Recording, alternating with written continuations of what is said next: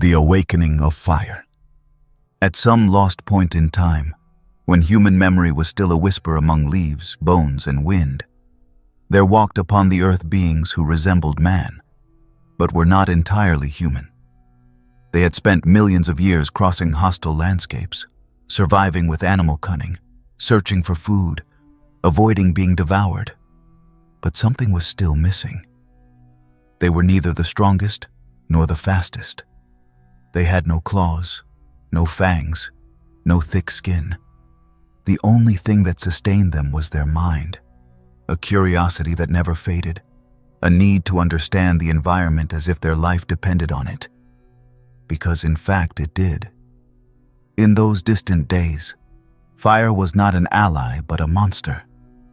It fell from the sky as lightning and devoured trees with a living roar. Animals fled, and so did the hominids.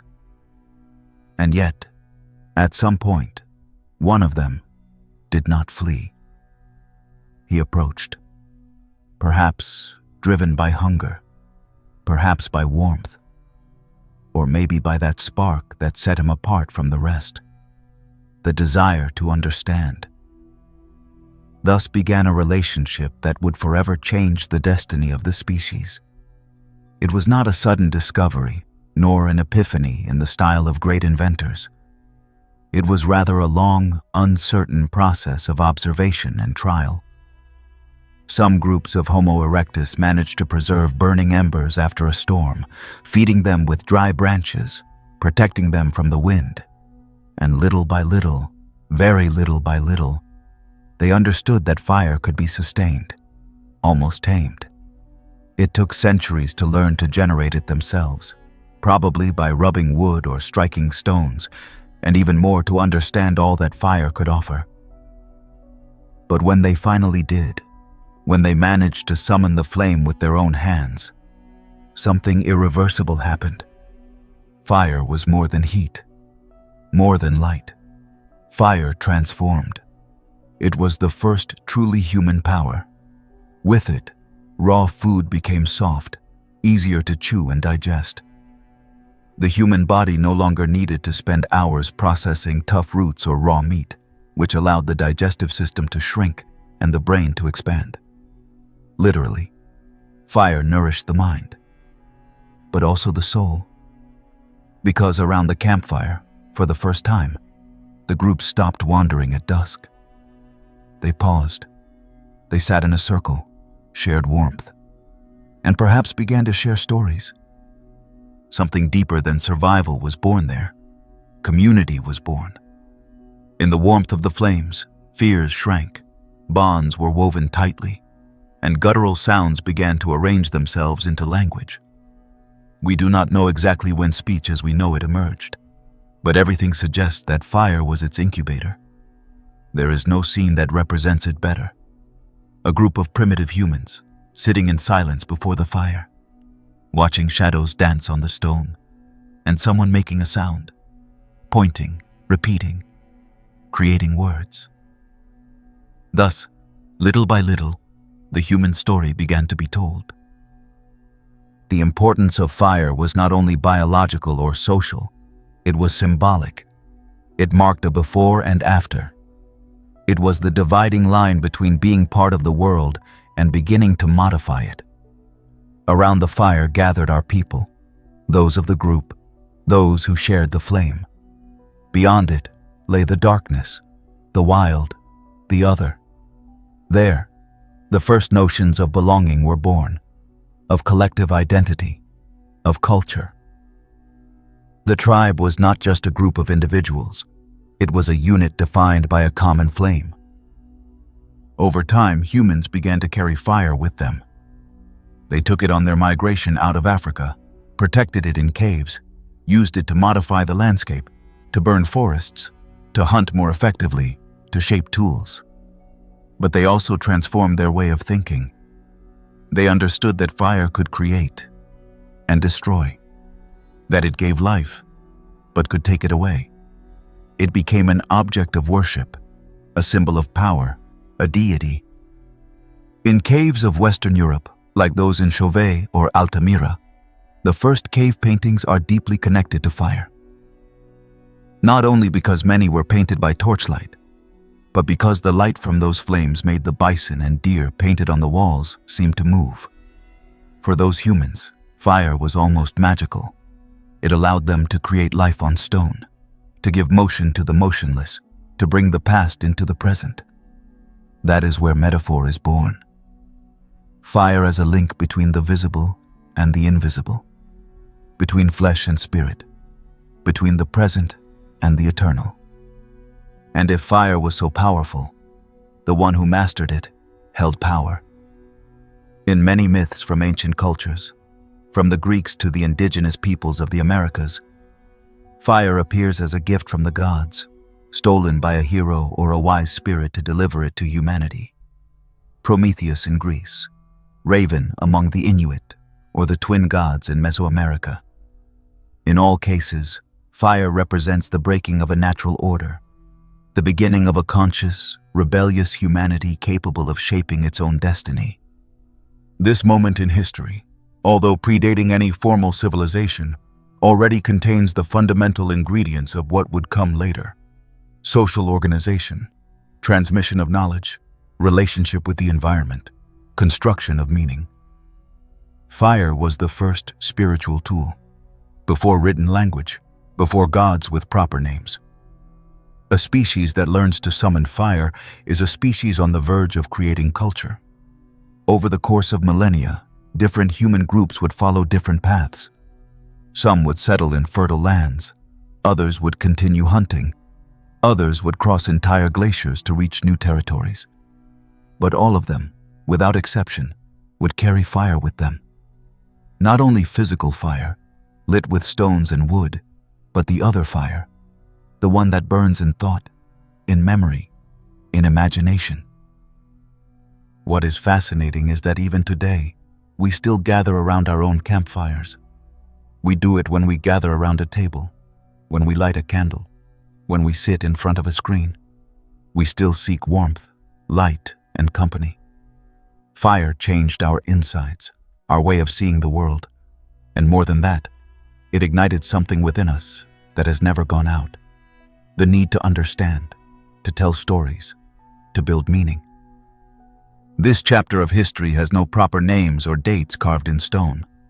There are no kings, no empires, no treaties. Only the fossil memory of an essential act. But that act, that first agreement between human and fire, was the beginning of everything.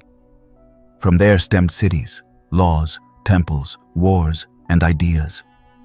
In that spark began the story we are telling today. Because before the pyramids and the empires, before the gods, the calendars, and the words carved in stone, there was a sacred moment in which man was not yet civilization, but no longer merely an animal. That exact instant in which a creature bowed before a flame, not in fear, but in reverence, and understood that it could care for it, feed it, make it grow, and in a way, become fire itself. And so, with the spark lit, we began to walk the path toward the world we know. Now that fire has awakened, it is time to see where that flame has taken us. Because with agriculture, the human being not only sowed the land, but sowed his destiny. Beyond the hunter, long before the fields were traced with straight lines, before seeds were buried with intention and villages marked the beginning of ownership, humanity moved with the rhythm of the seasons, with eyes alert to the sky, the trail, the slightest crunch among the underbrush. These were times when day and night were decisions shared with nature, when survival was a collective art and the world had not yet been divided into domains and borders. In that vast open landscape, human beings were hunters and gatherers, but also something more. They were weavers of invisible bonds, builders of myths, walkers of a memory that had not yet been written, but was already being told. For tens of thousands of years, Homo sapiens was neither a farmer nor a builder of cities. He was a traveler. He walked from Africa to Europe, from Asia to the Americas, crossing mountains and rivers, facing glaciers, deserts, and gigantic beasts. Humanity spread across the entire planet in a surprisingly short span of time, leaving behind footprints, flint-carved tools, bones marked by stone knives, and at times, symbols drawn on the walls of deep caves, as if wanting to speak to time, as if knowing, somehow, that one day someone would look at those traces and try to understand. Cave paintings were not mere decorations, nor senseless acts of leisure.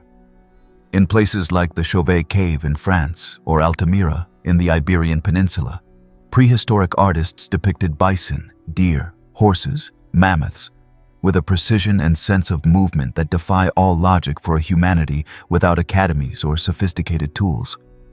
These figures were not arranged randomly. They were placed in parts of the cave with particular acoustics, where torchlight created dancing effects on the curved walls, turning each scene into something more akin to a ceremony than a simple illustration. There, in those deep shadows, the human spirit was born. They sang, they danced, they invoked invisible forces. Art was not art. It was ritual. It was memory. It was magic. What is most fascinating about this period is not only the technical complexity of what they left behind, but what it implies from a mental standpoint. They were not primitive societies in the crude sense sometimes used to label people without writing. On the contrary, they developed forms of organization based on cooperation, where information was not stored in books, but in living minds. The transmission of knowledge was carried out through oral stories that were repeated with astonishing accuracy, generation after generation, for centuries. They were not improvised tales. They were narrative structures filled with vital instructions: how to hunt, which plants healed, which skies foretold changes, which symbols served to protect the soul. In those oral stories, the first heroes began to appear. The spirits of the forest, the animals that spoke and taught, the ancestors who lived among the living. It was a world where the line between the visible and the invisible was not clearly drawn. Everything had spirit. The stone, the river, the wind. They lived immersed in an animated universe, where the human being did not see himself as the owner, but as a part. Every being was one more manifestation of that great web of existence. And this was not poetic naivety, it was a refined form of ecological and symbolic understanding, perfectly adapted to a mobile and collective way of life. Hunter-gatherer communities were small, with social relationships woven face to face. Survival depended on deep cooperation. Selfishness had no place. The one who hunted shared. The one who cared for the children also had a voice. Decisions were made collectively, and knowledge was distributed among all. Women were not passive figures in the shadows. Their role in gathering, child-rearing, ritual memory, and ancestral medicine was central. Binary thinking, hierarchical power, and the accumulation of goods had not yet taken over the scene. And yet, all of that would come later. In this stage, humanity also developed its first forms of deep spirituality. There were no temples, but there were sacred places, rocks, caves, lakes, ancient trees. Totems were created, bodies were painted, masks were used to embody spirits. Some buried their dead with flowers, tools, or shell necklaces, which indicates the presence of funerary rituals filled with meaning. Something compelled them to honor those who had departed, as if they believed or felt that death was not an end, but a transition. At Göbekli Tepe, a site in what is now Turkey dating back around 12,000 years, megalithic circles were discovered with carved pillars that display symbols of animals and abstract forms. This site, predating the invention of agriculture, suggests that the religious and ritual impulse was already fully active even before human beings built permanent villages. They gathered in specific places, perhaps to celebrate cycles, share stories, connect with the divine. The stones spoke, and they knew how to listen. During this time, migration was not an exception. It was the rule. The routes they traveled were true feats. Some crossed from Asia to the Americas via the Bering Strait, walking over an ice bridge now buried beneath the sea. Others went down the coasts, learning to read the tides and the stars. They reached Australia by navigating oceans when the compass did not yet exist. That planetary expansion was, without a doubt, one of the most impressive achievements in all of human history. And they did it without maps, without wheels, without metal. Only with their ingenuity, their instinct, and an oral culture that gave them everything they needed to understand the world. This stage, which is sometimes unfairly called prehistory, actually contains the deepest foundations of who we are. In it, empathy, art, spirituality, and cooperation were forged. Myths were built, senses sharpened, complex ways of understanding the world were woven. There was no writing, but there was memory. There were no kings, but there were leaders. There were no cities, but there was community. The human being was in constant motion, but also in intimate contact with his environment, with others, with the invisible. When one looks at all this closely, it is hard not to feel that these people knew something that was later forgotten. Something related to balance, to respect for what is not fully understood, to humility before the forces that cannot be controlled. Because living from hunting and gathering was not just a survival technique. It was a way of being in the world. A rhythm. An art. And yet, that way of life began to change. Little by little, in certain regions where resources were more stable and abundant, where the climate became milder after the end of the last great glaciation, some human groups began to settle, to stay longer in the same places, to experiment with the seeds they gathered, to observe that, if they left certain grains in the ground, they would sprout again. Thus, a new relationship with nature was born, one that would change everything. Because with agriculture, the human being stopped following food and began to make it come to him. And in that new relationship with the earth, a completely different world emerged, where the seed ceased to be just food and became symbol, power, principle of order. That will be our next step. The pact with the seed. At some point, imperceptible to those living it, yet decisive for the history of the world, human beings stopped walking behind their food and began to wait for it. It was no longer enough to follow herds or gather the fruits of chance. Something had changed in the way the earth was viewed. This change was more than technical. It was a mental shift, a transformation in the understanding of time, of order, and of the relationship with what is considered life. That was when the pact with the seed was born. This new world did not arrive suddenly. No one woke up one morning in the Fertile Crescent thinking, "Today I will invent agriculture." On the contrary, it was a slow, almost unnoticed process, but unstoppable. In the valleys of the Tigris and the Euphrates, on the slopes of the Zagros Mountains, and around the Jordan River, human groups began to spend more time in specific areas, favored by a climate that, after the end of the last great glaciation, became milder and more stable. The fauna changed, the plants changed too, and with them, the minds of those who observed them. It is likely that women, experts in gathering, were the first to notice certain patterns. Which seeds produced better fruits, where they grew better, how rain or sunlight affected them.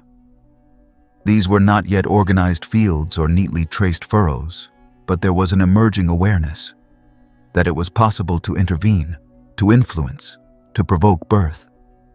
Every time a plant sprouted where a human hand had once been, a new form of power was born.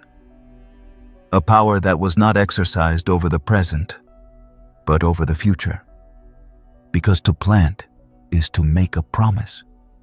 It requires waiting, trusting, repeating invisible gestures for weeks, without guarantees, without proof. It means imagining tomorrow. And for a mind accustomed to immediate danger, to lurking predators, this was an enormous leap. The seed was the first technology of time. With it, the calendar was invented long before it was carved into stone. The moon was no longer just nocturnal light. It became a sign of harvest or rain. The seasons acquired names and meaning. The notion of cycle was born. As planting became more reliable, people began to stay.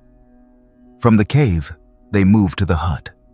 From temporary camps to the first permanent settlements. These were not yet cities, but they were no longer just movement. They were organized waiting. Jericho, for example, one of the first places continuously inhabited, emerged around the year 10,000 before our era, protected by a stone wall whose meaning is still debated today. Was it fear of the enemy? A symbolic boundary? The first line between the human world and the wild? And in that act of staying, many other things were born. Tools were refined. Clay became useful. Baskets, containers, mills, everything that allowed for processing and storing. But new forms of anxiety were also born. Scarcity now posed a threat to the future, not just the present. Crops could fail. Rain might not come. And with that fragility came the need to secure the blessing of the sky. Agriculture brought with it the first great collective religious impulse. Before, spirits inhabited mountains, rivers, animals. Now, power lay in the land and in whatever made it fertile. Symbols of fertility appeared. Female clay figures with swollen bellies and generous breasts, buried near fields as protection or invocation. Grain was no longer just sustenance. It was the bearer of a mystery. How could something so small contain so much life? That wonder, repeated year after year, fed mythologies that would later shape entire religions. The oldest temples we know, such as the one at Göbekli Tepe, are even older than organized agriculture, but they flourished precisely when humanity began to settle. Houses were not built first. Sacred places were built first. That says a lot about the priorities of those peoples. They gathered to share rites, to organize festivities tied to the sky and the earth, to pay tribute to forces they still did not understand, but deeply felt. It was, after all, a time when magic was not a tale, but a way of living. And with the seed came another silent revolution. Accounting. Rudimentary systems emerged to measure, to record, to foresee. Hands were no longer enough for counting. Knots in cords appeared, marks on bones, symbols on clay tablets. Wheat and barley were not only planted, they were counted, divided, stored. The economy emerged long before anyone gave it a name.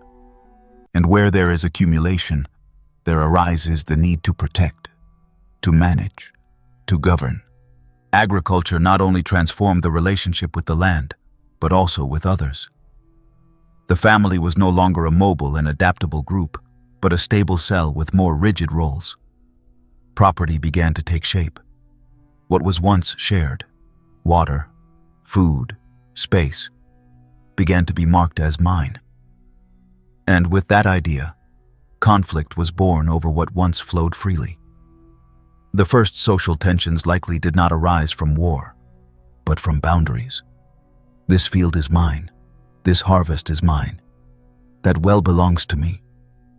But a different notion of legacy was also born. If before everything was fleeting, now there was something that endured. The cultivated field could become inheritance. The full granary could mean security for the children. Lineage began to matter more than the moment. The future was written on the land, and the land responded by changing those who inhabited it. Agricultural societies developed more complex structures. Leaders, organizers, mediators were needed. Politics, although primitive, made its appearance. New tasks emerged: planting, harvesting, storing, guarding, redistributing. Not everyone did the same anymore. Specialization began to draw differences. and with them, the seed of inequality, but also of innovation. Because by having more free time, at least some, new questions emerged. What is beyond that river? Which stars announce the change of season? What would happen if instead of just planting, we shaped the land in other ways? Thus, slowly, architecture was born. Adobe became home. Villages grew. Roads opened. History began to be written on landscapes increasingly defined by human action. And yet all of this was not a simple linear evolution. Many communities resisted that change for millennia.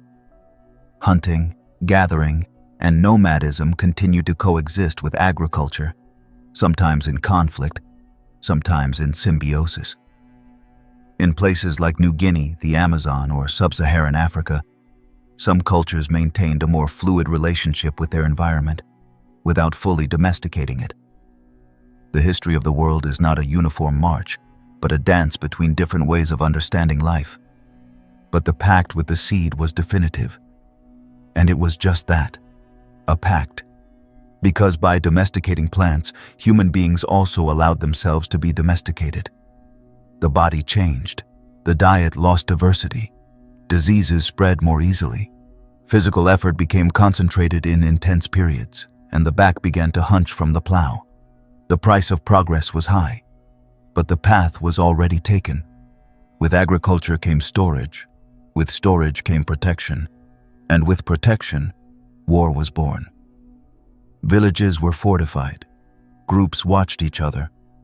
Organized violence began to emerge as part of social life. Control of grain became control of power, and what began as a promise between humans and the land became the prologue to temples, laws, and empires. Because now that human beings had learned to plant, they were ready to build, and what would come next would not be clay or grain, but city, writing, and throne. Clay and blood. Where water touches the earth and the sun presses down with force, clay becomes more than just sediment. It becomes possibility. A moldable, obedient, and durable substance. In the valleys between the Tigris and the Euphrates, that fertile clay was the literal foundation of an unprecedented revolution, urban civilization. But what rose from that clay was not only walls and canals. A new kind of order also emerged, a form of collective life that required control, hierarchy, and, frequently, sacrifice. The city was born with dirty hands, and with blood in its foundations. Mesopotamia, the land between rivers, saw the birth of Uruk, probably the first true city in human history. There, around the 4th millennium before our era, an entirely new world began to take shape. It was no longer about self-sufficient villages or small family clans. Uruk was a living, complex metropolis, with tens of thousands of inhabitants, areas designated for specific tasks, sacred spaces, and centers of power. Architecture ceased to be mere shelter and became assertion. Temples that touched the sky, ziggurats that spiraled upward like mountains built by human hands. Fired clay was the brick of Mesopotamian dreams. With it, houses, walls, and canals were built, but it was also used to imprint the first signs of writing. On wet tablets, scribes marked symbols with reed styluses, creating a form of communication that no longer depended on the breath of a voice, but was instead fixed in time. It was cuneiform writing, initially used to count grain, sheep, beer. But quickly, that same system began to record laws, contracts, prayers, names of kings, of gods, of battles. The world was no longer only lived. It could now be narrated with permanence. With the city and writing came a new need, the law. And with it, the figure of the legislator, the ruler who claimed to represent something higher than his own will. Legal codes emerged, such as that of Ur-Nammu, and later the famous Code of Hammurabi, which solemnly carved into stone the rules of the Mesopotamian world. An eye for an eye, a tooth for a tooth. Justice was no longer an emotional reaction, but a codified, hierarchical, often brutal structure, yet effective. An attempt to contain chaos through words carved in stone. This new order needed more than rules. It required a sacred narrative to legitimize it. Kings began to proclaim themselves chosen by the gods, intermediaries between heaven and earth. It was not enough to govern. Power had to be justified with the divine. And if the temples were the heart of the city, the priests were those who made that heartbeat. They managed surpluses, dictated the agricultural calendar, interpreted omens. Religion, which had once been a communal act, became institutionalized, professionalized. Divinity turned into an administrative structure. But this new world could not be sustained without control. And control required force. The first organized wars were not epic conquest campaigns, but disputes over water, trade routes, fertile lands. The city demanded resources, and where they were lacking, they were taken. Armies were born, along with bronze weapons and leather shields. The young no longer hunted only. Now they marched to kill in the name of a king, a city, a god. And they returned, if they returned, as heroes or as slaves. Slavery itself began to be institutionalized in this context. Prisoners of war, debtors, even unwanted children became property. They could be sold, used, exchanged. The human being began to be counted, weighed, valued. Trade expanded, bringing lapis lazuli from Afghanistan, tin from Anatolia, wood from Lebanon. Mesopotamia was not a closed world, but a crossroads, a beating heart of an increasingly interconnected system. In this bleeding clay, the first epics were woven. Gilgamesh, king of Uruk, is the protagonist of the oldest poem we have on record. His story is not only that of a hero, but of a man who seeks immortality and encounters the inevitability of death. It is a reflection of the urban soul, powerful, ambitious, but also melancholic, aware of the passage of time. Literature was born in this way, as a mirror of a humanity that began to understand that it no longer lived in nature, but in an artificial construction that distanced it from both chaos and mystery. What is remarkable is how, at the same time these cities and their structures were being consolidated, the idea of history began to be constructed, not only of the past, but of lineage, chronology, legacy. Dynasties were recorded with pride. Temples were rebuilt upon themselves as proof of continuity. Each king wanted to leave his mark, not only in the present, but in eternity. Memory became power. And yet the city was not only a center of control, it was also a space of creation. Astronomical advances were developed, surprising mathematical systems, sophisticated hydraulic techniques. Libraries began to emerge, with tablets aligned like books made of clay. In the city, knowledge was accumulated, perfected, transmitted. Mesopotamian civilization was a pioneer in dividing the day into 24 hours, in drawing maps of the sky, in recording eclipses, in classifying stars. The city did not only look inward, it also lifted its gaze to contemplate the heavens. And in the midst of all this, the figure of the scribe became central. He was not a mere official, but the custodian of language, the guardian of the word. Learning to write was a privilege reserved for a few. Scribe schools trained entire generations who sustained the administrative, legal, religious, and commercial apparatus. It was a world where knowledge began to separate from labor, where understanding became a tool of authority. The city, with all its complexity, also implied inequality. While some ate from the surpluses, others sweated under the sun to produce them. Social classes were clearly defined: nobles, merchants, artisans, peasants, slaves, each with an assigned place, with few chances for change. And yet, It was that order that allowed the whole to function, for canals to be maintained, grain to be distributed, temples to rise. The price was high, but the system proved effective. Blood was spilled, yes, but clay also flowed through the hands of those who shaped the world, because that is perhaps the most powerful image of this period. The human being, with fingers sunk into the wet earth, giving shape to something that would last longer than himself. Houses, walls, tablets, gods, all came from that basic substance, humble and, at the same time, miraculous. Clay contained the city, and the city contained man. And although many of those cities would disappear, swallowed by the dust of time or destroyed by invasions, the idea they gave birth to survived. The city as a center of power, of knowledge, of faith. The law as an instrument of organization. Writing as a form of transcendence. All of that, which remains part of our world, was born there, where clay and blood mixed to write the first chapters of human history. And while in Mesopotamia, this early civilization was being shaped, along the banks of the Nile, another was beginning to rise, with a very different obsession: eternity. And that is where we are headed. The stone gods.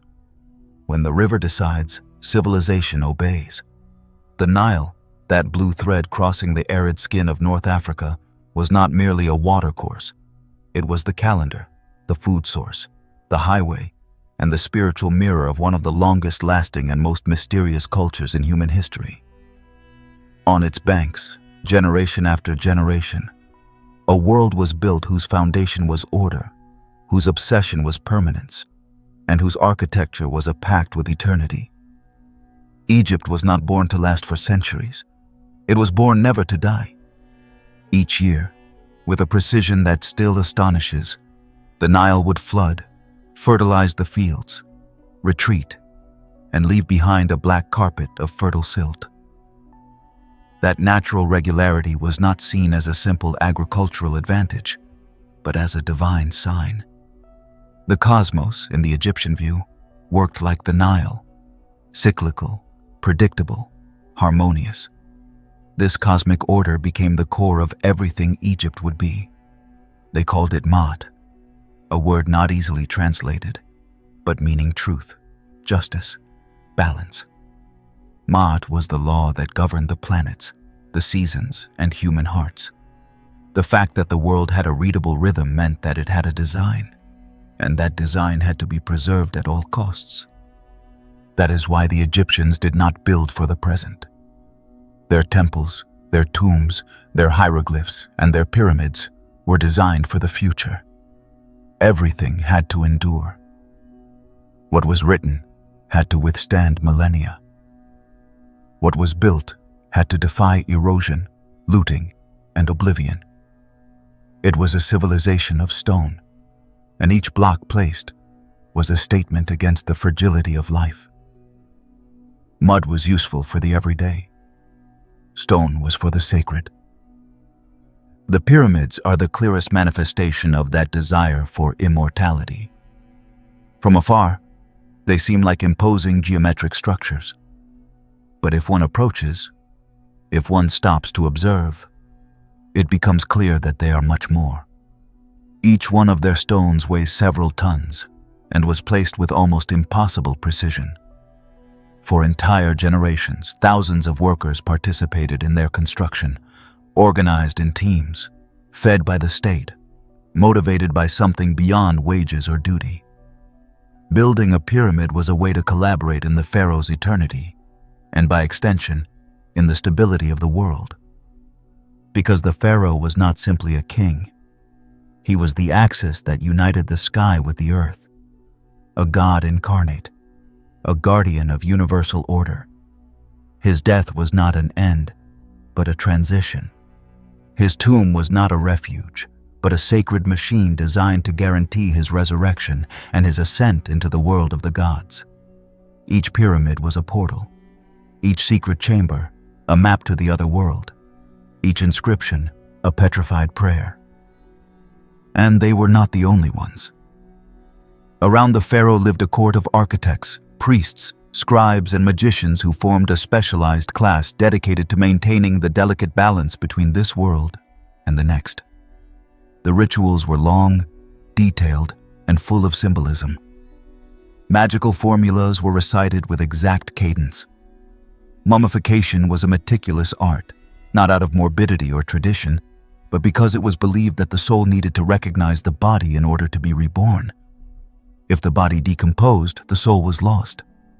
The funerary texts, like the coffin texts, the sarcophagus inscriptions, or the famous Book of the Dead, were authentic guides for the afterlife. The deceased had to face dangers, answer questions, undergo judgments. The most crucial moment was the weighing of the heart. On the divine scale, the heart of the deceased was placed opposite a feather, symbol of Maat. If it weighed more, it meant the person had acted with selfishness, falsehood, or injustice. Their soul was devoured by a hybrid monster and ceased to exist. If the heart was in balance, then the soul was granted eternity. That clear, that immense. And all of this was known by the people. Because although the pharaoh and his court lived surrounded by privileges, the Egyptian worldview was rooted at every social level. The peasant who farmed the Nile's fields also knew that he would be judged after death. The artisan who carved statues did so with the awareness that he was giving form to the sacred. Religion was not a separate sphere. It was the invisible structure that held everything together. The Egyptian pantheon was vast and sophisticated. They had gods with human bodies and animal heads, representing specific aspects of the world. Thoth, lord of wisdom and writing. Horus, the falcon who embodied royal power. Isis, goddess of love and magic. Osiris, judge of the dead.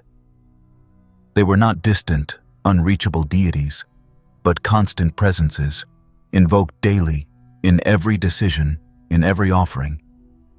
The temple was not simply a place of worship. It was a miniature replica of the universe, and its architecture followed cosmological principles that connected the physical and spiritual planes. The hieroglyphs, that writing system which remained undeciphered for centuries, were much more than words. They were living symbols. Each one had a power, a purpose, a vibration. Writing in hieroglyphs was a magical act. That is why they were used in temples, in tombs, on sacred objects. It was not a system for daily trade. It was a spiritual technology. To write something was to make it eternal. And amidst all that complexity, Egypt maintained, for over 3,000 years, a surprising cultural coherence. While other civilizations were born and died, fragmented or were absorbed, Egypt remained Egypt. Dynasties changed, invaders arrived, but the essential worldview, that balance between the visible world and the invisible, remained.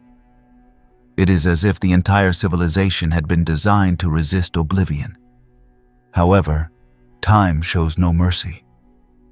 The dynasties eventually weakened. Power became bureaucratic, burdensome. The rituals, increasingly overloaded, ceased to be authentic experiences and turned into repeated formulas. Egypt was conquered by Persians, by Greeks, by Romans. And even then, the temples kept functioning. The priests kept chanting hymns. The mummies kept being prepared. As if the entire country were determined to pretend eternity until the very last second. When the last hieroglyph was carved into the temple of Philae, the world had already changed forever. Egypt was buried beneath its own stone, beneath centuries of sand and forgetfulness. Until much later, when a young soldier of Napoleon found a black stone with 3 scripts. And thanks to it, the mystery spoke again. The Rosetta Stone made it possible to decipher the hieroglyphs, and with them, a world that seemed lost came back to life. Egypt speaks to us from the silence of its tombs, from the columns of its temples, from the enigmatic gaze of its statues. It reminds us that the human being, even in the face of the certainty of death, will always attempt to defeat time. And sometimes it succeeds. Because while Egypt was dedicating itself to the art of defying death, in other regions of the world, subtle sciences were beginning to emerge, abstract formulas, and a new way of looking at the sky. Numbers were about to take command. The Empire of Numbers. At some point in time, humanity stopped looking at the sky with mere wonder and began to count it. Where there was once mystery, patterns emerged. Where there were cycles, calculation appeared. The stars were no longer just omens or deities sailing across the celestial dome. They became units, measurable trajectories, precise references to foresee, to organize, and to control. A new empire then began, one that had no physical borders nor armies, but that would permeate everything with a quiet, invisible, and total force. The Empire of Numbers. The need to measure was born from the need to survive. When the first human settlements turned into cities, and those cities began to depend on complex systems of irrigation, harvest, trade, and tribute, simple instinct was no longer enough. Structure was needed, and to build that structure, numbers became indispensable. Counting the stored grain, measuring the area of a flooded field, calculating the days between sowing and harvest. Calculation appeared first as a basic tool, but soon revealed something deeper. It was a way of understanding reality from within. Mesopotamia was one of the first settings where this silent revolution took shape. There, on clay tablets, scribes began to trace not only words, but figures. They used a sexagesimal system, based on the number 60, that still survives in the way we count minutes, seconds, and degrees. They did not know it, but they were creating a convention that would last thousands of years. For them, numbers were not a theoretical abstraction, but a political, economic, and religious necessity. The first tax accounts, temple records, astronomical tables, everything passed through the hands of the scribe mathematician, a figure that embodied power as much as precision. Arithmetic, geometry, and early algebra did not arise in ivory towers, but in irrigation canals, in markets, in ziggurats. Knowledge was practical, applied, and at the same time, it had an almost mystical character, because to calculate was also to predict the future, to anticipate rains, to interpret eclipses. In Babylon, the priest astronomers not only observed the skies, they analyzed them with a rigor that we might now call scientific.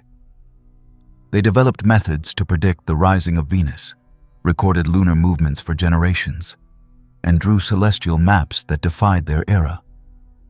For them, the cosmos was a numerical machine, a gearwork of regularities where the divine spoke through formulas. Meanwhile, in Egypt, numbers were applied for a different purpose. There, calculation was inseparable from architecture. The need to rebuild fields after each flooding of the Nile led to an applied geometry of remarkable accuracy. Measuring, dividing, drawing straight lines over ever-changing terrain was a constant task. But it was in the construction of temples and pyramids where this science became art. Egyptian architects handled proportions, astronomical alignments, precise angles, and all this without the symbolic language we use today, but with a logic that still surprises by its effectiveness. Farther east, in the Indus Valley, even though we do not fully understand their writing, archaeological remains reveal a society where mathematics was deeply embedded in urban order. Cities like Mohenjo-Daro show a regular layout, advanced drainage systems, standardized measurements in weights and bricks. Nothing appears improvised. Although we know little of their names or gods, we sense that they possessed a remarkably organized mathematical thought. Over the centuries, numbers began to leap from accounting to cosmology. In many cultures, numbers became symbols. It was not only how many, but what they represented. The number 3, 7, 12, 60, 365. Arithmetic became sacred language. The calendar ceased to be a simple count of days and transformed into the foundation of religious, agricultural, and civil order. To measure time was to govern it. To control the calendar was to control the cycle of festivities, the rhythm of work, the moment for war or harvest. Whoever could count the heavens ruled the earth. Thus emerged lunar, solar, and combined calendars, adjusted to stars or to the movements of planets. The Mayans in Mesoamerica, for example, developed a counting system that integrated ritual and astronomical calendars with astonishing precision. They knew the solar year better than many Europeans 1,000 years later. But their mathematics was not limited to the practical. Time for them was a sacred substance. Each date had a character, a destiny, a vibration. Numbers spoke, if one knew how to listen. In ancient India, ideas arose that would change the world forever. There, among religious treatises and astronomical observations, the concept of zero was consolidated, not as a mere mark of absence, but as a number with its own value. It was a silent revolution. Zero allowed operations with abstract magnitudes, facilitated the advancement of algebra, opened the door to a new way of thinking about infinity. And although it was initially resisted by other cultures, its adoption would be inevitable. The Arabs would adopt it, perfect it, and later bring it to Europe, where it would provoke a radical transformation in the sciences. Numbers kept gaining ground. They began as a tool, then a symbol, then a key. They allowed the measurement of land, the counting of stars, the organization of cities, the prediction of seasons. But their power was deeper. Numbers offered a promise of objectivity, a form of order that did not depend on human whims. While kings died and temples fell, numbers remained. They were reliable. They were exact. And over time, they became the language of truth. The idea that the entire universe could be explained through proportions, formulas, and equations does not belong only to modern times. Even in antiquity, thinkers from different parts of the world began to sense that everything that exists obeys numerical patterns. In China, in Greece, in Babylon, in the Islamic world, schools of thought arose that searched in numbers for the hidden key to reality. Music, architecture, medicine, astrology, everything was organized around that invisible harmony that numbers revealed.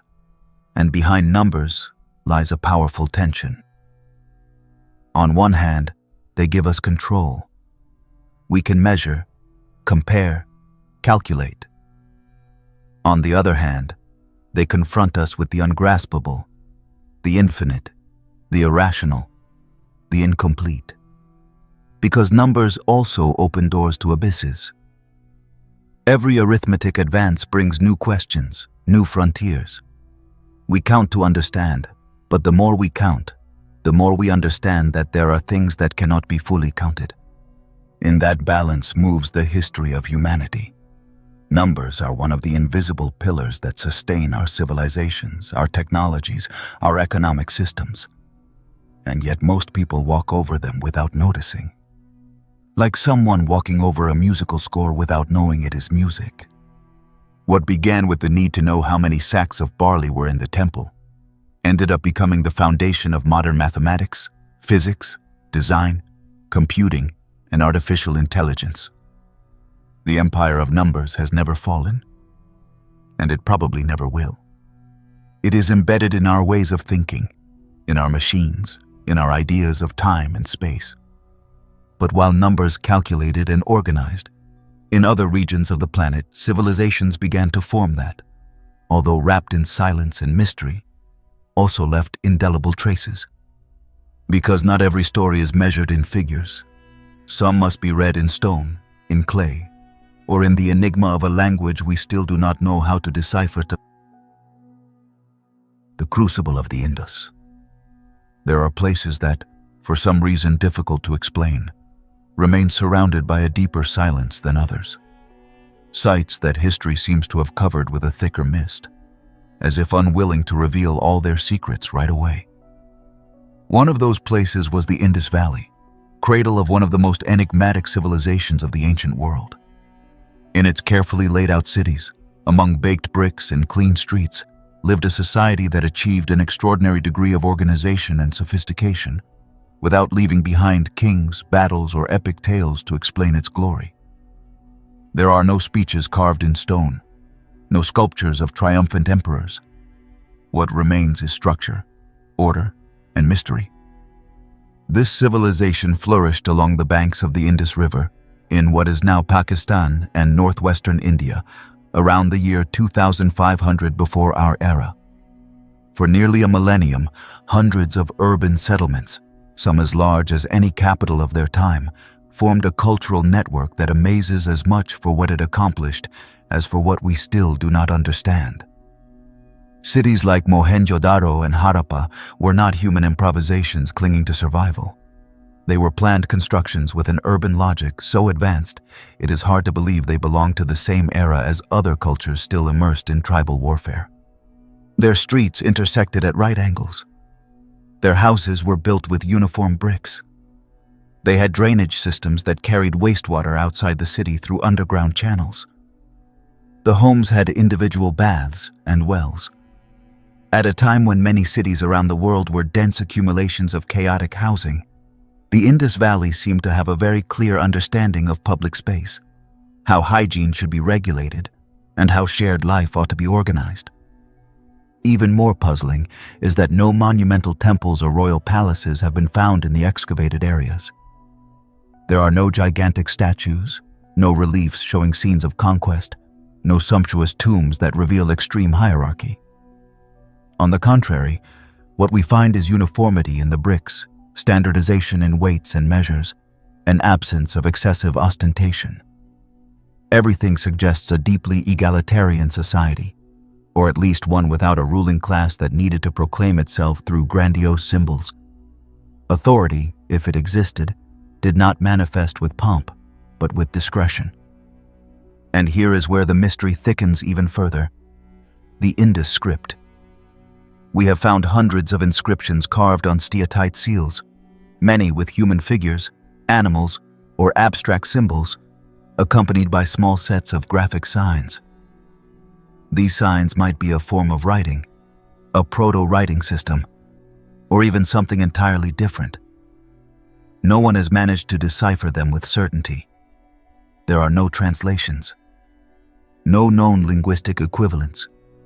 Every attempt at interpretation crashes against the wall of silence this civilization left behind, as if we were speaking to someone who looks us straight in the eye, but refuses to answer. And yet that silence speaks. It speaks through the architectural coherence between cities separated by hundreds of kilometers. It speaks through the way they shared symbols, objects, and systems of measurement. It speaks in the pottery, in the ornaments, in everyday tools. It tells the story of a people who found stability without the need for violence, who organized a trade network stretching from the Persian Gulf to the heart of the Indian subcontinent, who had contact with Mesopotamia but maintained their identity without being absorbed.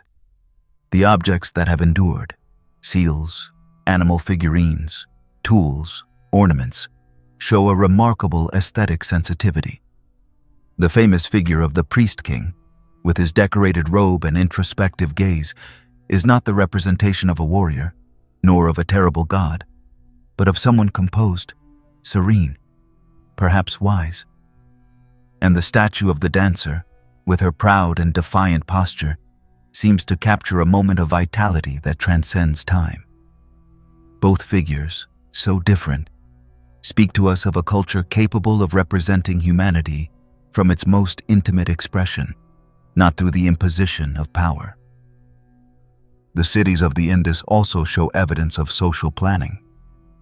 There were designated areas for artisanal work, neighborhoods differentiated by function, and clear interaction between agricultural production, administration, and commerce. Large warehouses, raised platforms, and structures that may have served as markets have been discovered. Everything indicates that this civilization not only knew how to build, but also how to manage, distribute, and sustain a complex economy. One of the most enigmatic elements is the so-called Great Bath of Mohenjo-daro. a large public pool built with care, surrounded by columns, with access stairs and a drainage system. Some have suggested it could have been a ritual space. Others see it as a community center. The truth is, there is nothing quite like it in other contemporary civilizations.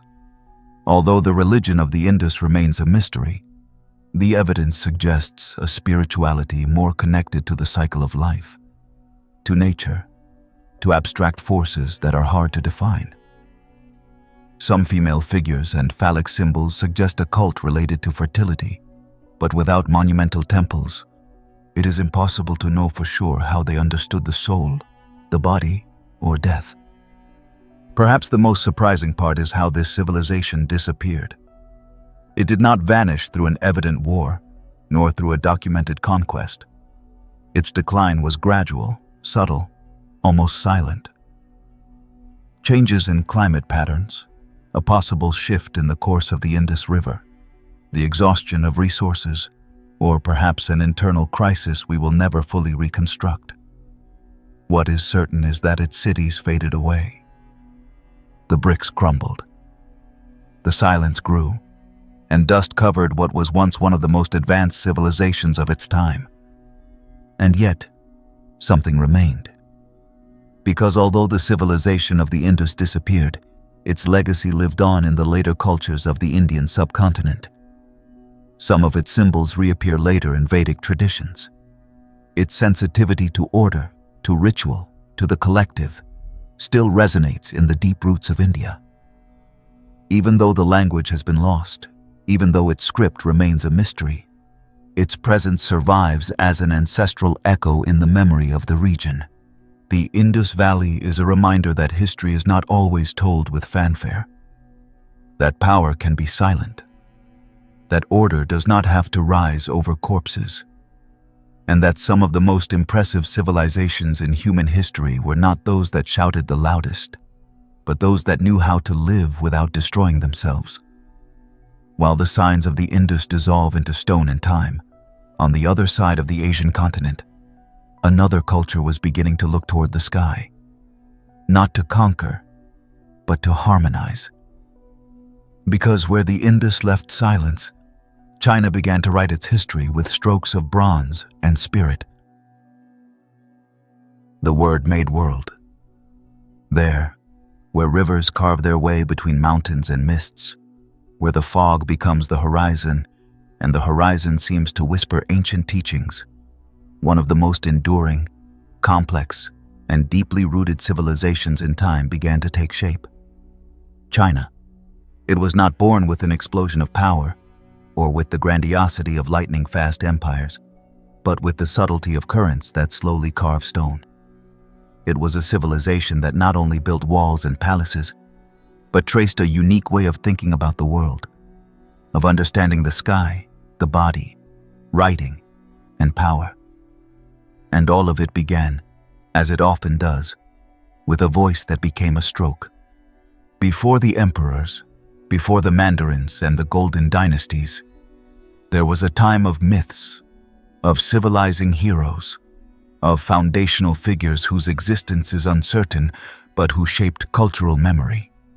Among them, Fu Xi, who taught men how to fish and to write, and the mythical empress, Nuwa, who repaired the sky with stones of 5 colors. This stage, as nebulous as it is deeply symbolic, reflects a worldview where humanity did not rise against the cosmos, but was meant to harmonize with it. Order was not imposed by force, but by attunement to the universal rhythm. That principle of balance lies at the heart of Chinese civilization.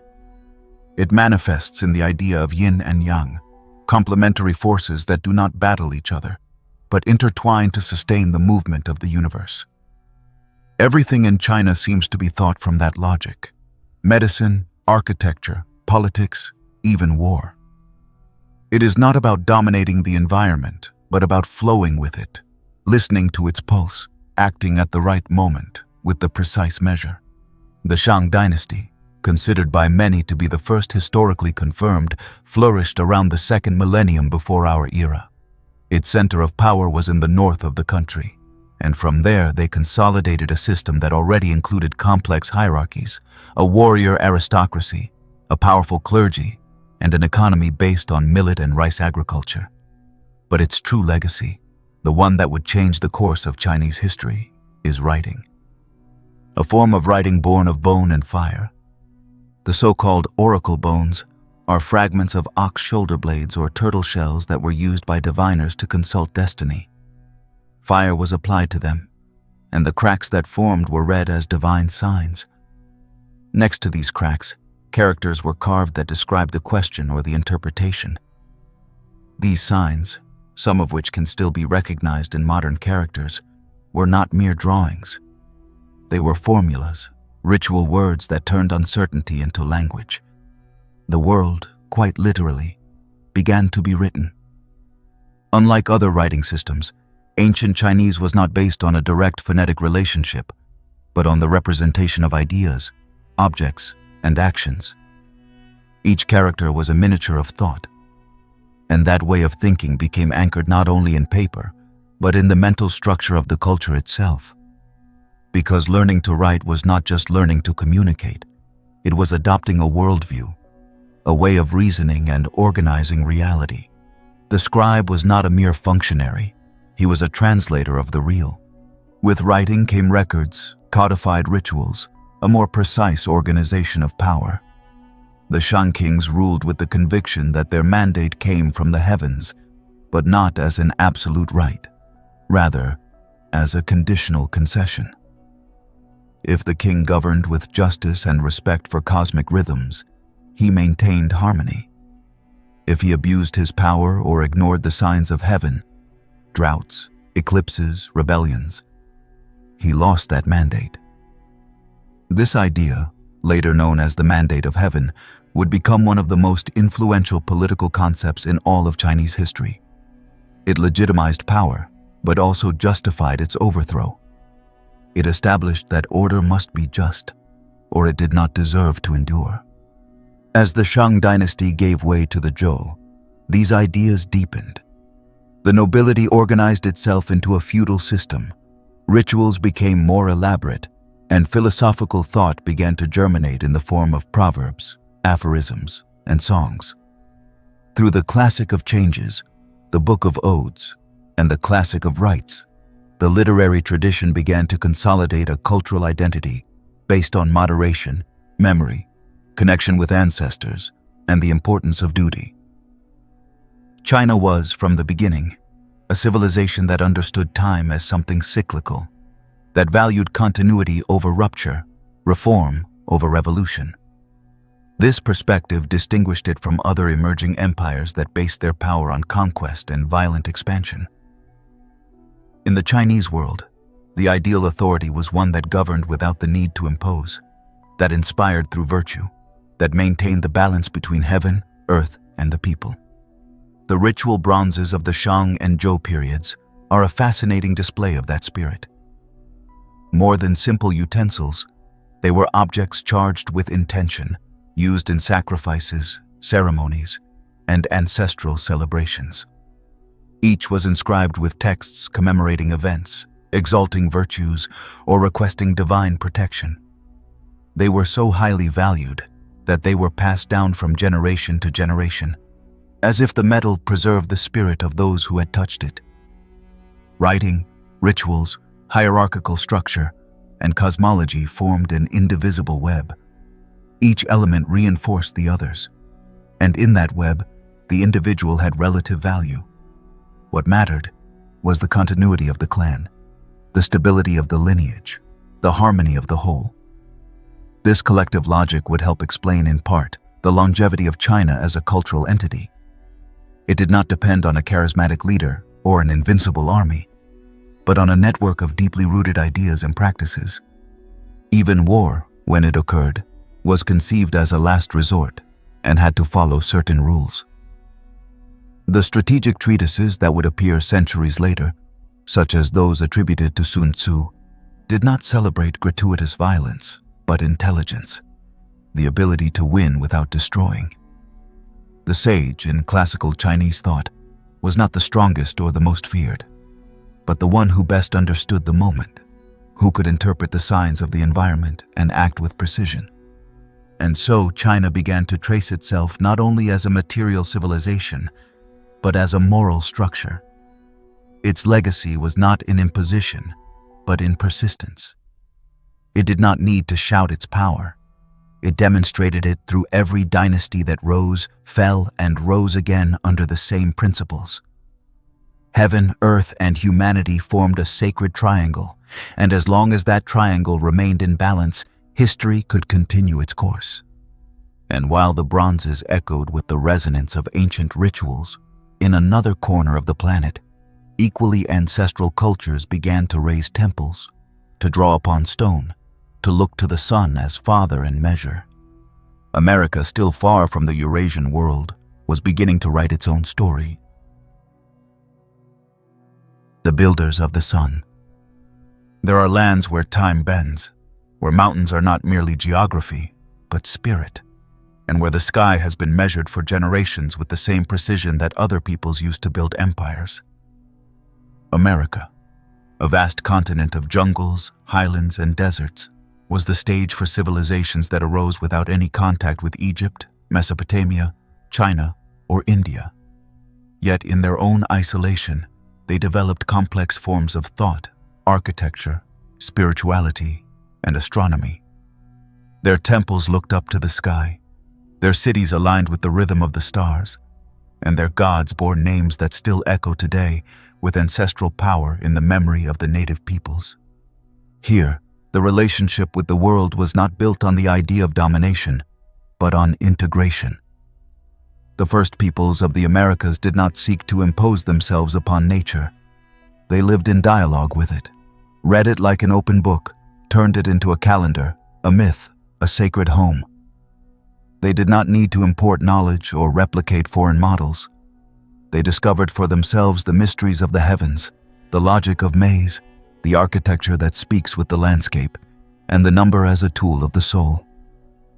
Before empires like the Aztecs or the Incas emerged, there were already cultures that laid the foundations for all that would follow. In the coastal valleys of what is now Peru, for example, arose one of the oldest civilizations on the entire continent, Caral. Founded around 3,000 years before our era, Caral showed no evidence of walls or armies, but of music, trade, and ceremonial architecture. Its sacred city, located in a desert environment, was organized around stepped pyramids, circular plazas, and planned housing. Everything seemed oriented toward sustaining a way of life in which ritual, mathematics, and harmony with the environment played a decisive role. To the north, in the humid jungles of what we now call Mesoamerica, the Olmecs became the pioneers of a complex cultural tradition that would later influence the Mayans, Zapotecs, and Mexicas.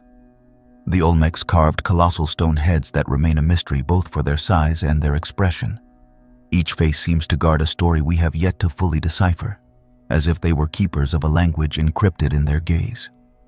This civilization developed calendars, symbolic systems, and highly elaborate ritual forms.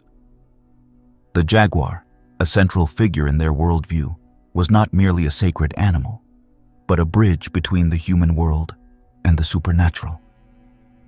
In the Andes, the Chavin culture flourished among mountains and elevated valleys, leaving behind an art rich with serpentine symbols, felines, and anthropomorphic figures fused with mythical beasts.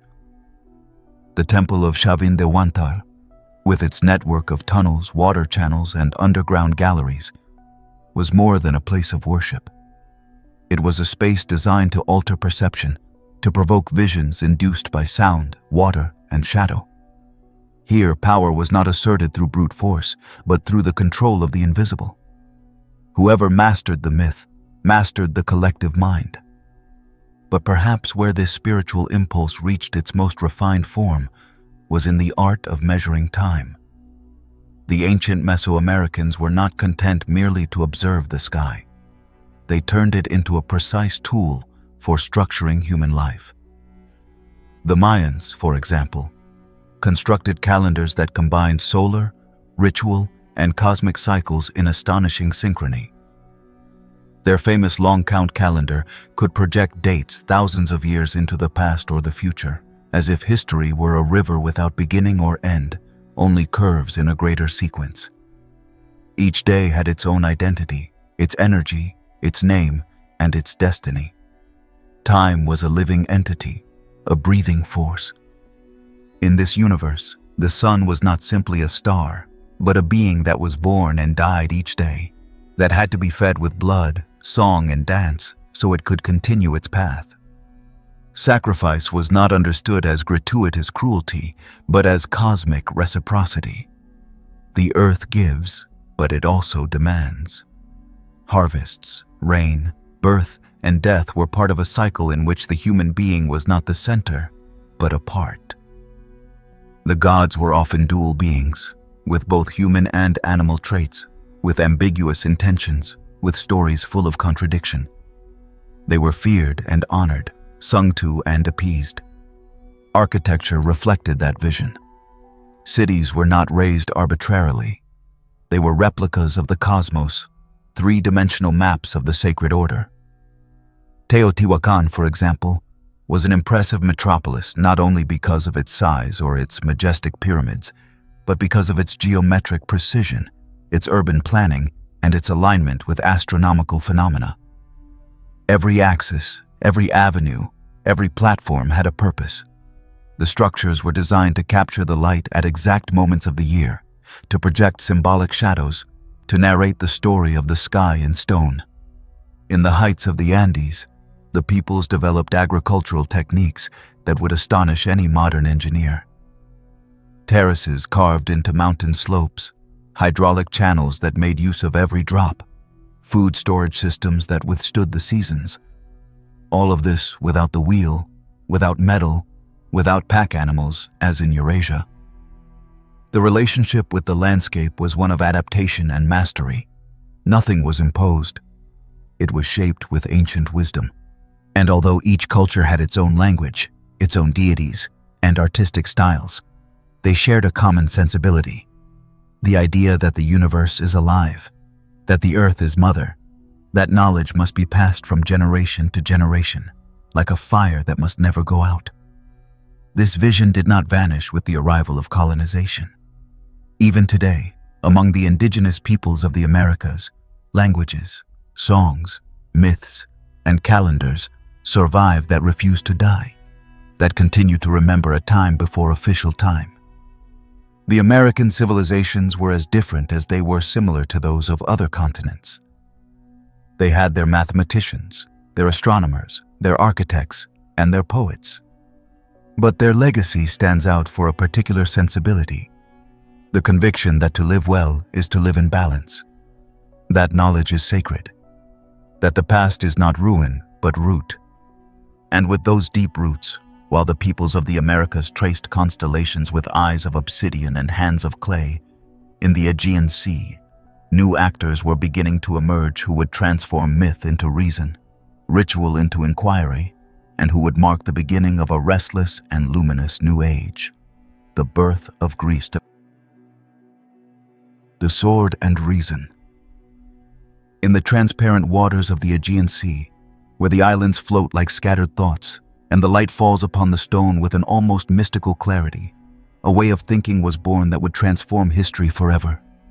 Greece, with its jagged coasts, its clear skies, and its abrupt mountains, was not an empire like those that came before, with walls that contained millions of subjects or pyramids pointing to the beyond. It was a fragmented, restless, contradictory civilization, but capable of igniting a spark that still burns today. The spark of reason. It all began long before the names of Socrates or Aristotle were ever spoken, before Athens proclaimed itself the cradle of democracy, or Sparta became a symbol of discipline. On the island of Crete, around the second millennium before our era, the Minoan civilization emerged, refined and maritime, worshippers of gods in the form of bulls and snakes, and builders of palaces as labyrinthine as the myths they would later inspire.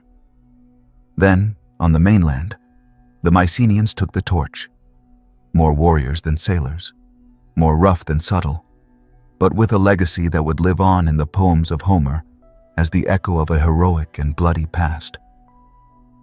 When the Greek Dark Age ended, around the year 800 before our era, Greece did not rise again with a single center of power, but with dozens of city-states, the famous poleis, that functioned like small independent worlds. Athens, Sparta, Corinth, Thebes, each with its own political system, army, and local pantheon. This fragmentation, far from being a weakness, created a cultural and political laboratory like no other. They competed, argued, formed alliances, betrayed one another, but deep down they shared a language, an imagination, and one ambition, the desire to understand. And that was the revolutionary thing about Greece. They were not content with repeating myths. They wanted to dismantle them. They began to look at the world as a problem to be solved, not a mystery to be feared. Thales of Miletus proposed that the universe had a rational origin. Pythagoras discovered a mathematical harmony in sounds. Heraclitus spoke of a river that flows eternally without ever being the same. It was no longer about worshipping the gods, but about observing the world they supposedly ruled, and asking whether, perhaps, order was found in nature itself. In this climate of dizzying questions, philosophy arose, not as an academic exercise, but as a way of life. Socrates walked the streets of Athens questioning anyone who would listen. He did not offer answers. He offered doubts. He believed that true knowledge began by recognizing one's own ignorance.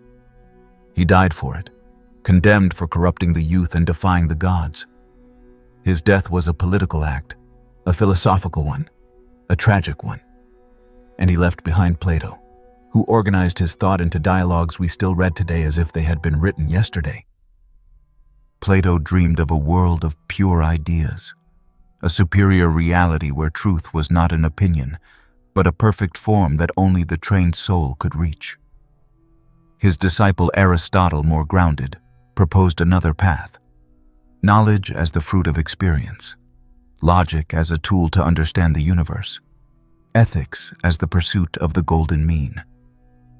Between the two of them, they laid the foundations of Western philosophy, influencing theologians, scientists, and thinkers on every continent for centuries.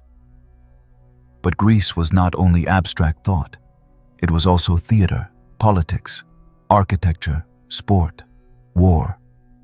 On the hills of Athens, democracy was invented, with all its contradictions. A system in which citizens, free adult men, excluding women, slaves, and foreigners, decided in open assemblies the direction of their city. It was a limited democracy, but absolutely revolutionary in an age of divine kings and hereditary monarchs. The idea that power should be justified before the community, that speech could be more powerful than the sword, began here. And yet, the sword was never absent. Greece lived in constant tension between ideal and reality. Athens flourished thanks to slave labor and a naval empire that imposed tributes by force. Sparta raised its children to kill from the age of 7 and oppressed its serfs with methodical cruelty.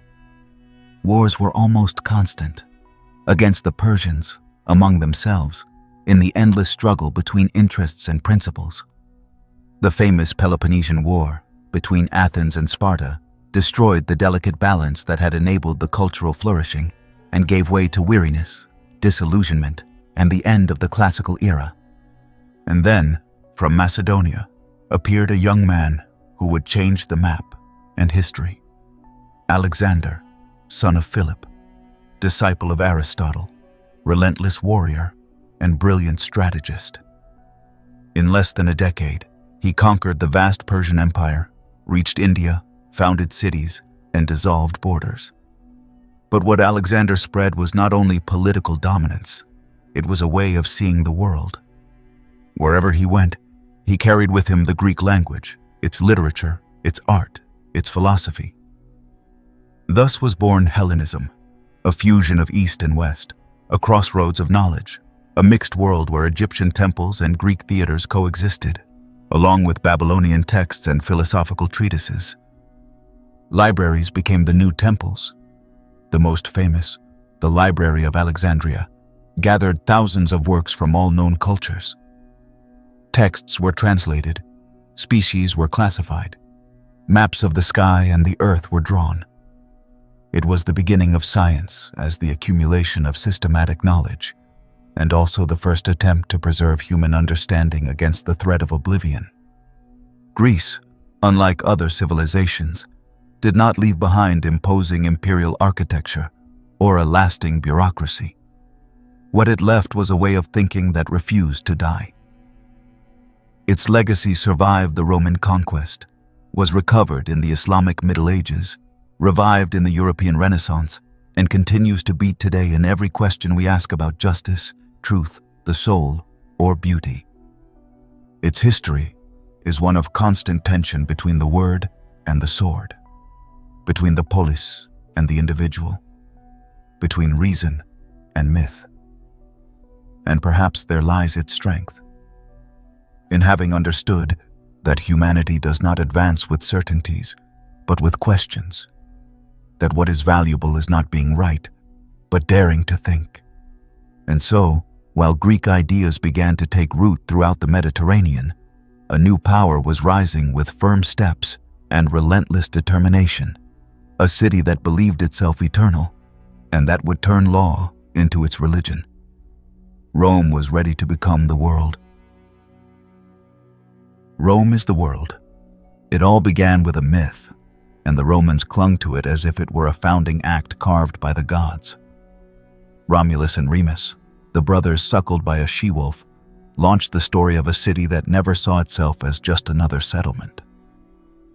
Rome was not built merely with stone, blood, and strategy. It was forged with the conviction that it was born to last, to rule, to absorb peoples and return them transformed, to be, quite literally, the world. In its earliest centuries, Rome was a village of hardened farmers, perched on a strategic hill by the Tiber. They were not refined or artistic. They were resilient, stubborn, deeply pragmatic.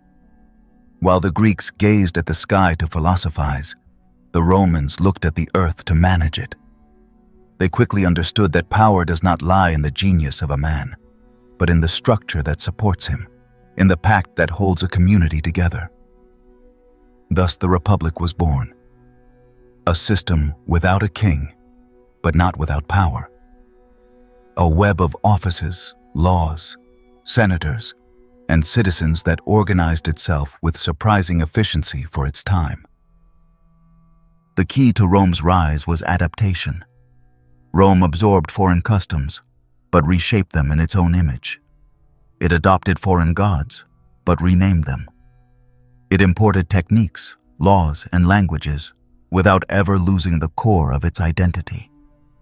This ability to assimilate without surrender was what allowed it to grow from a small Latin town to a power that, in just a few centuries, dominated the entire Mediterranean. And it didn't do so solely through military might, though its legions were feared for their discipline and ferocity, but also through roads, aqueducts, treaties, and impeccable administration. Where Rome arrived, so did paved roads, public baths, forums, markets, but also the language, the law, the currency, and the idea that living under the Roman Empire was better than living outside it. The famous Pax Romana, that long period of relative political stability and economic prosperity, was not a peaceful utopia, but a well-oiled machine of territorial control, calculated repression, and pragmatic diplomacy. Rome did not seek to destroy the cultures it conquered. It preferred to integrate them, impose its law, and allow the rest to survive under its shadow. Roman law, perhaps the empire's most lasting legacy, was not born as an idealistic code, but as a tool to manage complexity. With hundreds of peoples under its rule, Rome needed clear rules, effective procedures, principles that protected contracts, property, and citizenship. It created legal concepts we still use today: will, inheritance, legal person, bilateral contract. Every case was analyzed, recorded, discussed. Law became an art, a science, a way to think about society beyond the passions of the moment. And within that structure, Roman citizenship became a coveted privilege. To be a citizen meant having rights, protection, political voice, and, most importantly, belonging to a world that saw itself as superior. But Rome went even further and turned citizenship into a tool of expansion. It granted citizenship to conquered peoples, rewarded loyalty with identity, and turned enemies into allies. Citizenship was more powerful than the sword. That's why, in the end, many wanted to be Roman. Not out of obligation, but out of strategy. Yet beneath all that legal and administrative rationality, Rome also had a mythological heart. Its rituals, its augurs, its vestals, its obsession with omens and household gods kept alive a deep, archaic, essential spirituality. Though they worshipped Jupiter, Mars, Venus, and others, Roman religion was less philosophical than Greek religion, more tied to duty than to contemplation. A poorly performed ritual could endanger the entire city. The bond with the sacred relied on form, not emotion. It was a matter of precision. As the empire expanded, so did its contradictions. The Republic, once a revolutionary political experiment, began to buckle under the ambitions of powerful generals. Civil wars multiplied, institutions eroded, until, eventually, power concentrated in a figure who knew how to wield politics like a battlefield: Julius Caesar. His rise was unstoppable. He crossed the Rubicon, that line no general was supposed to cross with his army, and challenged the Senate, tradition, and history itself. He was assassinated by those who feared he would crown himself king, but his death only accelerated the inevitable. With Octavian, later known as Augustus, the empire was born. It wasn't proclaimed with fanfare, but with cunning. Formally, the Senate still existed, but real power now rested in the emperor's hands. Rome transitioned from the illusion of a republic to centralized control, without abandoning its old ideals. It was a subtle, almost theatrical transformation, where political language no longer matched political reality. But it worked. And under Augustus, the empire entered an era of unprecedented splendor. Cities flourished. Markets overflowed with goods from Africa, Asia, and Europe. The public baths became social gathering spaces, and theaters and amphitheaters offered spectacles ranging from refined drama to the mortal combat of gladiators. The Colosseum, with its brutal magnificence, captured Rome's logic perfectly. Entertainment, order, power. Everything was on display. Everything was part of the spectacle of domination. Roman culture reached maturity in the literature of Virgil, the history of Tacitus, the satire of Juvenal, but also in architecture, engineering, and urban planning. They invented concrete, built aqueducts that still function, and designed cities like precision clocks, with forums, temples, curias, and baths laid out in perfect order. The Roman city was the physical embodiment of an idea: imperial order made stone. But like all human structures, Rome began to fracture from within. Corruption became widespread. The borders grew harder to defend. Armies grew more loyal to their commanders than to the state. And in the midst of all this, a new message began spreading from the margins. A religion that spoke of humility, eternal life, of a single God crucified out of love.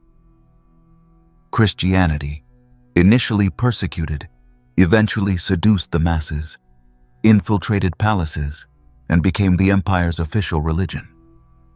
That adoption was not only spiritual, it was political.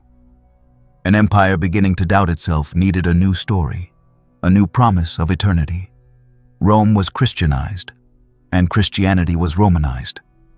The names changed, but the structure remained.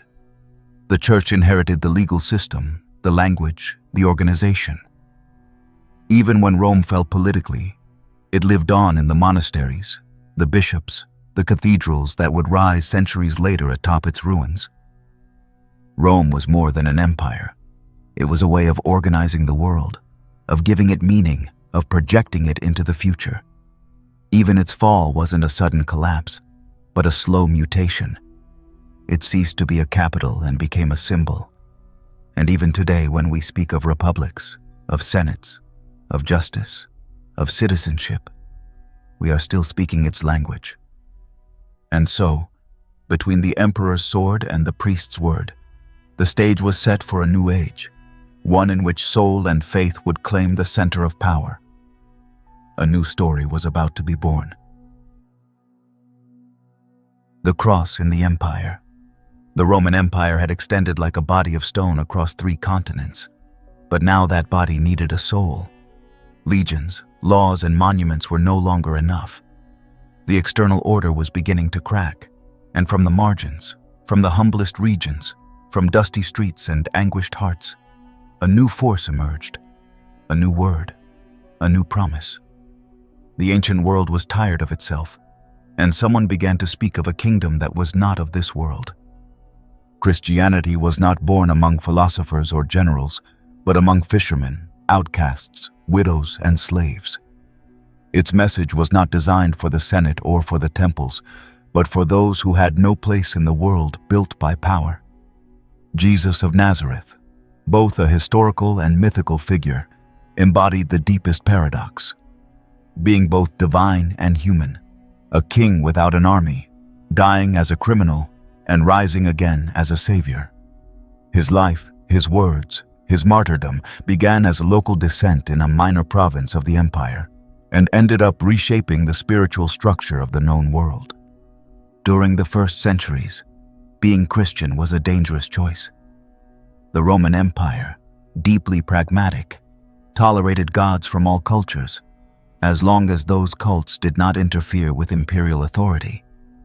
But Christians claimed a loyalty higher than that of Caesar, spoke of a law written in the heart and not in legal codes, refused to worship the emperor, gathered in catacombs, and awaited the end of times. They were not violent rebels, but they challenged the ideological foundations of the system. That is why many were persecuted, tortured, and executed. Yet the movement grew. The strength of Christianity lay in its universality. It demanded no lineage, no wealth, no education. Believing was enough. That accessibility, that promise of redemption for all, resonated with slaves, silenced women, and soldiers weary from endless campaigns. As the empire aged, the Christian message seemed ever younger. While marble statues cracked, the cross began to rise, first in secret, then with boldness. And then the unthinkable happened. The emperor converted. Constantine, in the 4th century, claimed to have had a vision before a decisive battle. In the sky he saw a cross and heard the words, "With this sign you shall conquer." He ordered his troops to mark their shields with that symbol. He won the battle. And from that moment, Christianity stopped being persecuted to become a tolerated religion, then a favored one, and eventually, the dominant one. The Edict of Milan marked the beginning of an irreversible transformation. The conversion of Constantine was not only a personal act, it was a strategic move. The empire needed cohesion, a new narrative, a shared morality that could sustain it from within. And Christianity, with its discipline, its emerging hierarchy, its network of bishops, its expanding theology, offered that possibility. But it also carried a risk. By becoming institutionalized, by turning into the official religion, the Christian church ceased to be a persecuted community and became part of the apparatus of power. The faith that had begun in the streets entered the palaces. The Council of Nicaea, convened by Constantine himself, was an attempt to unify doctrine. Until then, Christianity was a constellation of diverse beliefs. Some believed that Jesus was only a prophet. Others saw him as fully divine. There were debates about the Trinity, about the nature of Christ, about which books should be included in Scripture. Nicaea marked the beginning of orthodoxy, an official doctrine, a common creed, a structure of theological power. Christianity became church, and the church became state. Pagan temples began to be transformed into churches. Ancient Roman festivals were Christianized. Bishops acquired political influence. The cross was engraved on the banners of the army. And little by little, Rome stopped speaking the language of multiple gods to speak the language of one single God. But this God was not one among others. He was the absolute. He shared no space, tolerated no competitors. Over time, ancient cults were forbidden, philosophers were exiled, libraries were closed. The faith that had once asked for tolerance when it was a minority began to impose its truth when it became the majority. However, the Christianity that conquered Rome was not exactly the same that had been born in Judea. It was shaped, reinterpreted, adjusted. The figure of Christ was clothed in imperial symbols. The martyrs became saints. Oral stories were canonized into gospels. The figure of the Pope, as the heir of Peter, acquired an authority no apostle could have imagined. And so, upon the ruins of the empire, another structure began to rise, invisible yet powerful: Christendom. When Rome fell, because it did fall, politically and militarily, in the 5th century, it did not fall alone. The church remained standing. In fact, it began to occupy the place of the vanished empire. While the barbarians sacked the cities, the bishops organized resistance, mediated conflicts, and protected the poor. The church became refuge, tribunal, school, safety net. And from Rome, the bishop, who was now called Supreme Pontiff, began to project his influence across the entire Western world. Christianity did not only inherit the apparatus of Roman power, it inherited its universal ambition. The church was not content with being a spiritual guide. It wanted to organize time through the liturgical calendar, space through dioceses, and history itself through sacred narrative. Time was divided into before and after Christ. The Bible became the ultimate framework of meaning. Sin, grace, redemption.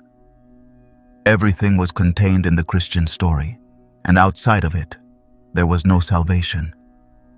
Even so, this new power was not free from internal tensions. Heresies began to multiply. Arians, Gnostics, Nestorians. Each alternative interpretation was seen as a threat, because what was at stake was not only the truth, but unity. Thus emerged the Inquisition, disciplinary councils, condemnations for blasphemy. The faith was shielded, and in doing so, it also began to lose part of its mystery. But there was something that Christianity never lost: its ability to touch the soul.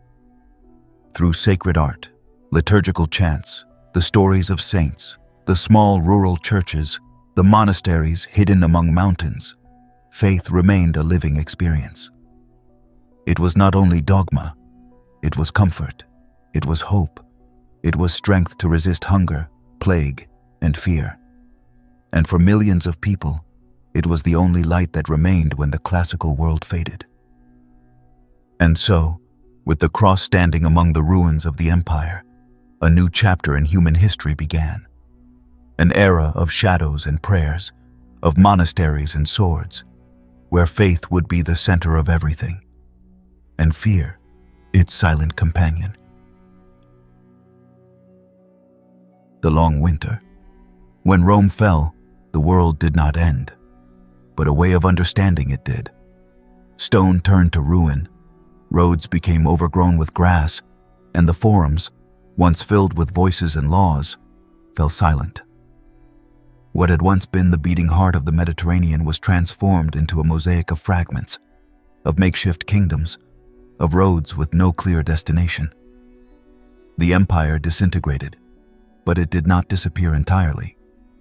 It remained as a memory, as nostalgia, as an ideal model that future generations would look back on when attempting to rebuild. But in the immediate aftermath, Europe sank into a cold, uncertain, and profound slumber. A historical winter.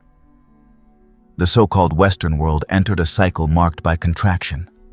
Cities became depopulated, trade collapsed, currency stopped circulating fluidly, written culture regressed, and illiteracy spread like a shadow. Books were buried in monasteries. Maps became mere speculation, and the ancient schools of rhetoric closed one by one, like candles snuffed out by the wind of the barbarians. It was not total darkness, but rather a long twilight, with flickering lights and an air of constant loss. Yet amid that twilight, there were those who kept the flame alive. The monasteries, especially the Benedictine ones, became true fortresses of knowledge. There, far from the bustle of cities and the noise of wars, monks copied manuscripts by hand, letter by letter, ensuring that knowledge would not be entirely lost. Philosophy, medicine, history, theology, everything was preserved in those cloisters where time was measured by bells and days by prayers. They were the guardians of a legacy that, without them, would have vanished. In this new landscape, the church was not merely a spiritual refuge. It became the central pillar of a society in reconstruction. The Pope, the bishops, the abbots. These were no longer only religious figures. They were judges, advisors, diplomats. With Rome fallen, the cross assumed the role once held by the sword. And in a world where violence was constant, borders vague, and authority fragile, the church offered a network of ties, a common language, a structure that reached from the Alps to the Pyrenees, from the North Sea to the banks of the Danube. The Germanic peoples, once considered barbarians by the Romans, began to settle in the former provinces of the empire. Visigoths, Ostrogoths, Vandals, Franks, Anglo-Saxons. Each founded kingdoms, established dynasties, minted coins with their faces, and sought legitimacy within the new order. But most significantly, little by little, all of these peoples converted to Christianity. Sometimes out of conviction, sometimes out of convenience. The cross was more than a religious symbol. It was a passport to civilization, a doorway into the Latin world, a promise of unity. With the conversion of the Germanic kings, a new vision began to take shape. One that no longer looked to Rome as a stone empire, but as a spiritual authority. And in this process, a key figure emerged. Charlemagne. King of the Franks, tireless warrior, fervent believer, he managed to unite under his rule a vast territory encompassing much of Western Europe. In the year 800, he was crowned emperor by the Pope in St. Peter's Basilica. It was not a random act, but a profoundly symbolic one.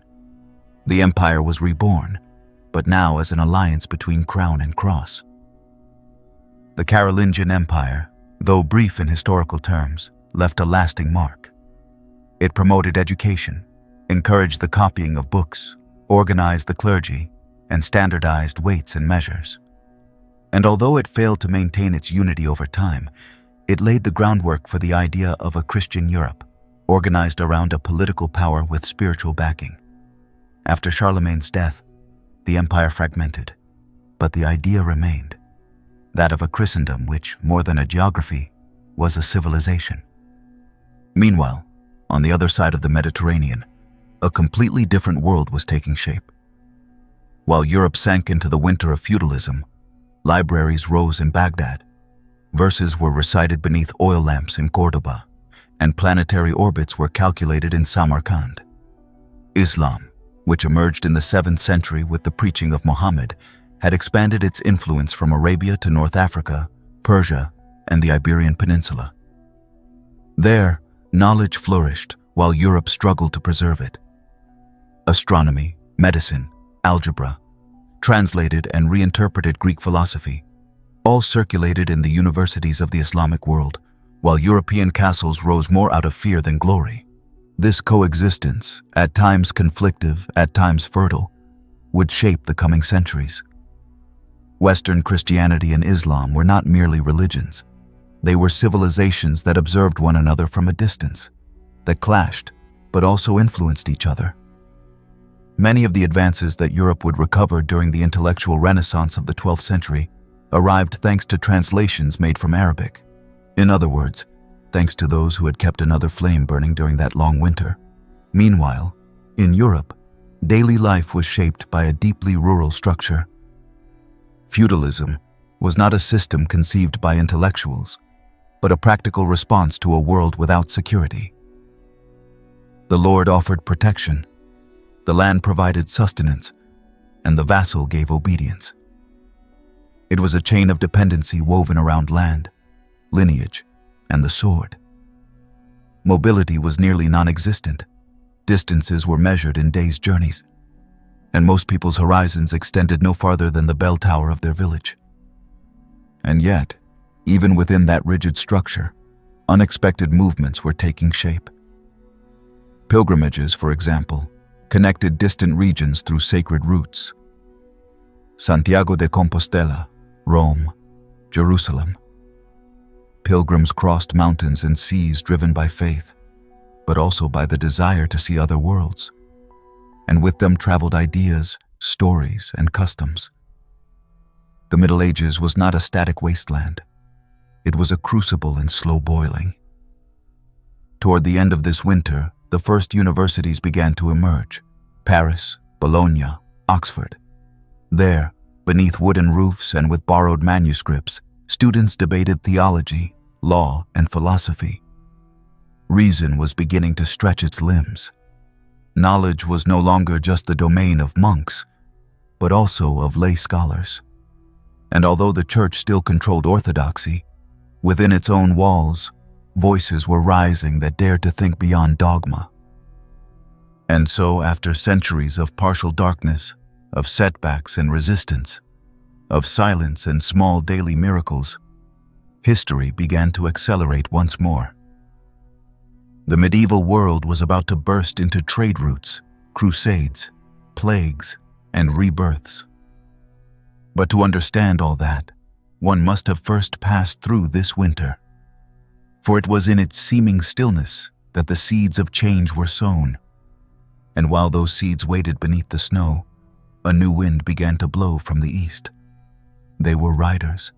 They were flames. They were lightning bolts across the steppe. The Mongols were coming to break all the maps. Lightning on the steppe. It all began with the wind, a dry, sharp wind that swept across the endless grasslands of Central Asia, as if clearing the board of an ancient game. In that immense landscape, without trees or walls, where the sky seems bigger and the horizon farther away, a force was born that would change the course of world history. It did not do so with writing or temples, nor with wisdom or science, but with an unbreakable will for movement, conquest, and order.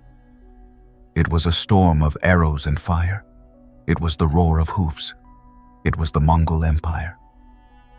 Until the 13th century, the peoples of the steppe had been feared, but never fully understood. They were considered barbarians by the great sedentary empires, unable to imagine that a culture without cities, without books, and without permanent borders could be anything more than a problem to contain. But they were wrong. Because the steppe was not a cultural void, but a mobile crucible where survival demanded cunning, discipline, and ancestral memory.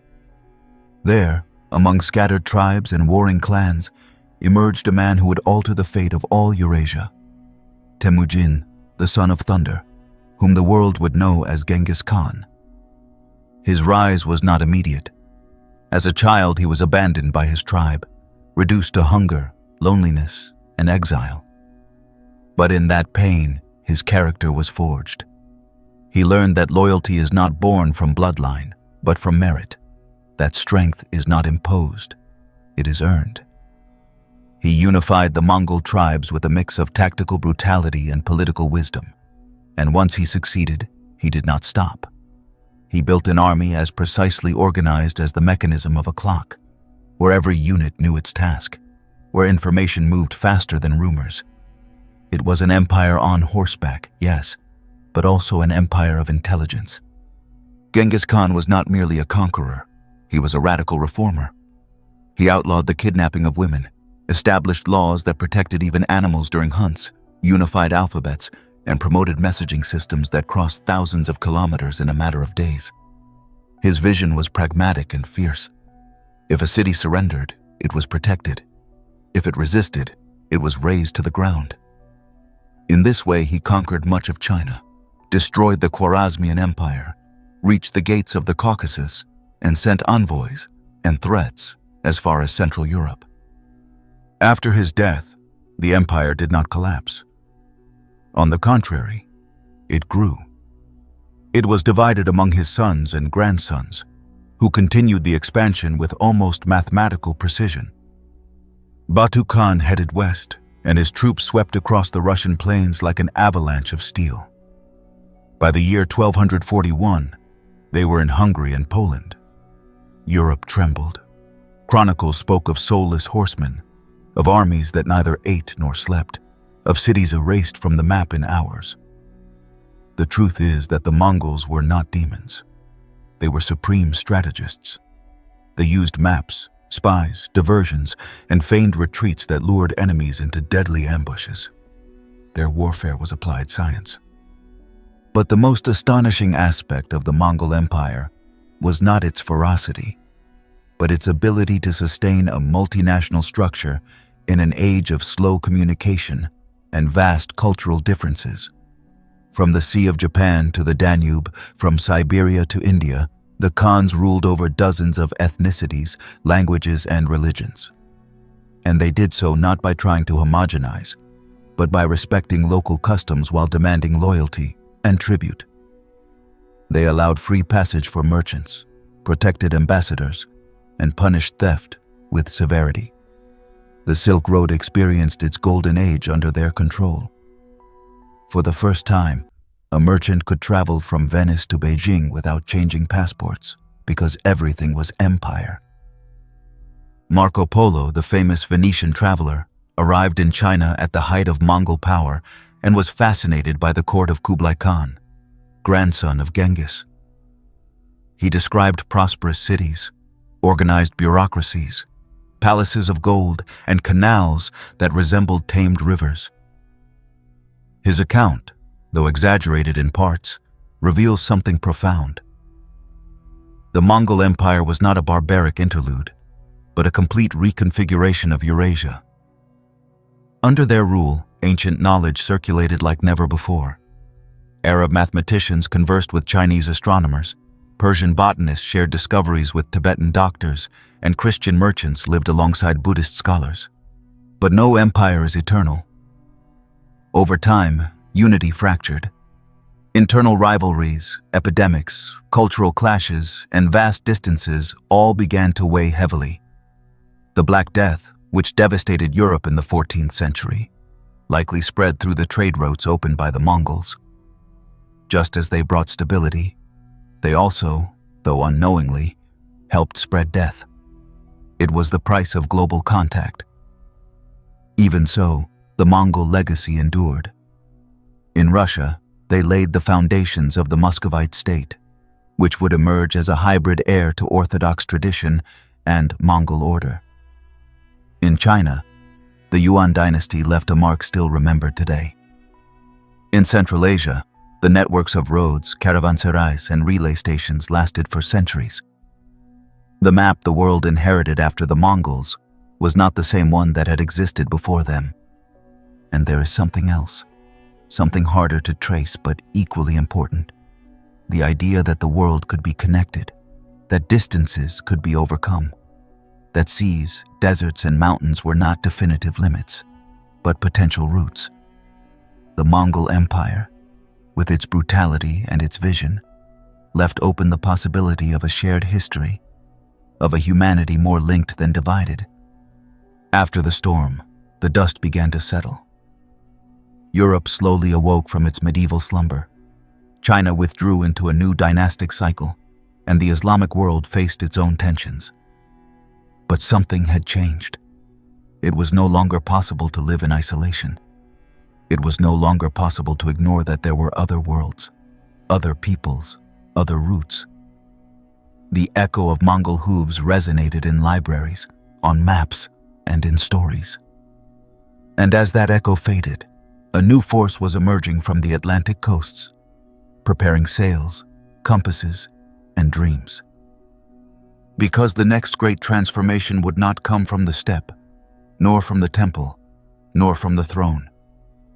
It would come from the ocean. The mirror of the ocean. For centuries, empires had expanded sideways, devouring adjacent lands, stretching their borders like branches seeking more solid ground to grow upon. But there came a moment when the known world was no longer enough. Desire, hunger, curiosity, and also calculation turned their gaze toward the sea. The ocean, that salty abyss which for millennia had represented the limit of the possible, began to transform into a promise. And with it, a new chapter in human history began. The era of exploration, of wonder, of plunder, and of the first globalizations. By the end of the 15th century, Europe was no longer a fragmented and shadowy region. It had regained much of its political, technical, and economic vigor. Cities were growing, universities were debating, and the printing press had begun to spread ideas at a speed never seen before. Merchants, bankers, artisans, and kings all shared a new certainty that the world was larger than the map. But no one knew how much larger. And right there, in that void of certainty, arose the will to cross the horizon. Portugal was the first to set sail. With the firm backing of the crown, navigators such as Henry the Navigator, Bartolomeu Dias, and Vasco da Gama began to sail along the African coast in search of a direct route to the spices of the East. This was not a whimsical quest. The overland routes were controlled by powerful Muslim states, and the goods coming from India, China, or the Spice Islands were as valuable as gold. Pepper, cloves, cinnamon, commodities that could finance wars and entire kingdoms. The sea, then, was not just mystery. It was business.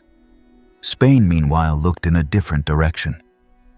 A Genoese navigator named Christopher Columbus convinced the Catholic monarchs that he could reach Eastern Asia by sailing westward.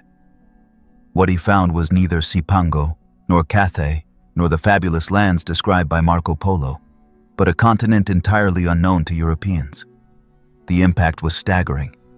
A new world had appeared before their eyes, not in dreams or legends, but in real beaches, with jungles, mountains, and entire peoples speaking languages no European had ever heard. And so began one of the most radical transformations in all of human history: the contact between the Americas, Europe, Africa, and eventually Asia.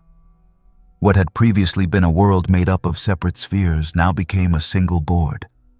The discovery of the Americas was, in truth, the mutual rediscovery of worlds that had been completely unaware of one another. And that rediscovery was not gentle. It was violent, disruptive, chaotic. Europe arrived in the Americas hungry for wealth, and with the cross held high. The expeditions quickly turned into military campaigns. Hernán Cortés, with only a few hundred men, brought down the powerful Mexica Empire. Francisco Pizarro, with the same brutal audacity, subdued the Tahuantinsuyo. How was it possible that such vast and complex civilizations collapsed so quickly? It was not only due to weapons or strategy. It was a biological collision. Diseases like smallpox, against which the American peoples had no immunity, wiped out millions in just a few decades. It was a silent apocalypse. But not only people died. Gods, languages, knowledge, traditions. Everything that had once been the center of the universe for the native cultures crumbled under the weight of another worldview, another economy, another way of understanding time and the land. And yet history was not entirely one-sided. The cultures did not disappear completely. They mixed, resisted, disguised themselves, and transformed. The Americas did not become Europe. They were born as something new, mestizo, contradictory, powerful, and wounded. Across the Atlantic, the impact was just as profound. The arrival of precious metals altered the European economy. Silver from Potosi and gold from New Granada flowed into imperial treasuries, but also inflated economic bubbles, financed wars, and corrupted institutions. The colonial model generated colossal fortunes for a few, and a system of slavery that branded Atlantic history with fire. Millions of Africans were captured, sold, and transported under inhuman conditions to plantations in the Caribbean, Brazil, and the American coasts.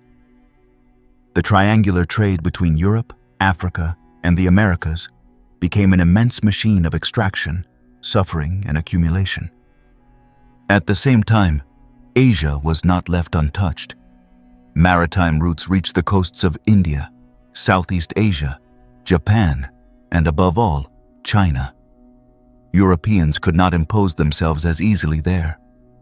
The power of the great Eastern empires, especially the Ming and later the Qing, kept direct colonization at bay. But exchanges did take place, and they intensified. Chinese porcelain, silk, and tea arrived in Europe as coveted objects.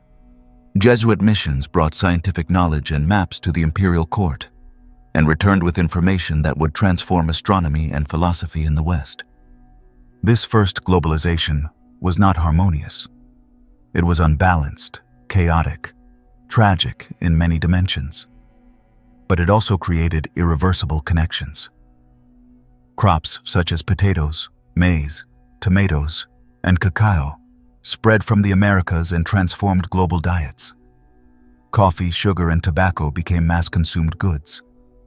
Plant species began to travel from continent to continent, blending landscapes, adapting to climates, transforming bodies. And along with them traveled words, myths, music, and ways of seeing the world. Symbolically, this era redefined humanity's mental map. The oceans ceased to be walls and became roads. Sailors no longer feared sea monsters from the abyss, but faced real tempests using latitude calculations and sextants. The compass, the astrolabe, the caravel, and the printing press were the instruments of change. Because it wasn't only lands that were discovered, it was also other ways of living, of believing, of organizing time, power, and beauty. But with discovery came also the obsession with control. European empires competed for colonies, for trade routes, for souls. The church organized large-scale evangelization missions. Courts sent viceroys, merchants sought monopolies. Everything had to have an owner. Everything had to be under some flag. And that logic of systematic appropriation generated endless conflict, wars, rebellions, treaties, betrayals. The modern age was born not in serenity, but with foam at the mouth of the cannon. Even so, amidst all the noise, something new was beginning to take shape. True knowledge was starting to organize itself with a new rhythm. Voyages were no longer merely feats. They were also experiments. Treatises were written, data was collected. Humanity's gaze on the world was becoming more systematic, more inquisitive, less subject to dogma. And that restlessness, that urge to understand what was seen and not merely to dominate it, was about to become a revolution. A revolution made not of gunpowder or steel, but of ideas. Ideas in flames. The world had been redrawn with astrolabes, conquests, and blood. But a new expansion was about to begin, one that did not depend on wind or steel, but on the mind. For while the oceans connected continents and the European powers fought over control of the maps, in print shops, in improvised laboratories, in reading salons, and in the conversations among thinkers, a silent and devastating transformation began to pulse. The birth of modern reason. What we now call the scientific revolution and the Enlightenment did not appear out of nowhere. They were the result of centuries of accumulation, of dialogues between civilizations, of rediscovered texts, of empirical observations and doubts that, at last, began to be expressed with clarity. Above all, it was a new way of looking at the universe, a different way of asking questions, of organizing knowledge, of understanding that the world, the physical, the human, the moral, could be explained not by ancient authorities, but by direct experience, reason, and observation. One of the great turning points came from Nicolaus Copernicus, with his proposal that it was not the sun that revolved around the earth, but the earth that moved around the sun.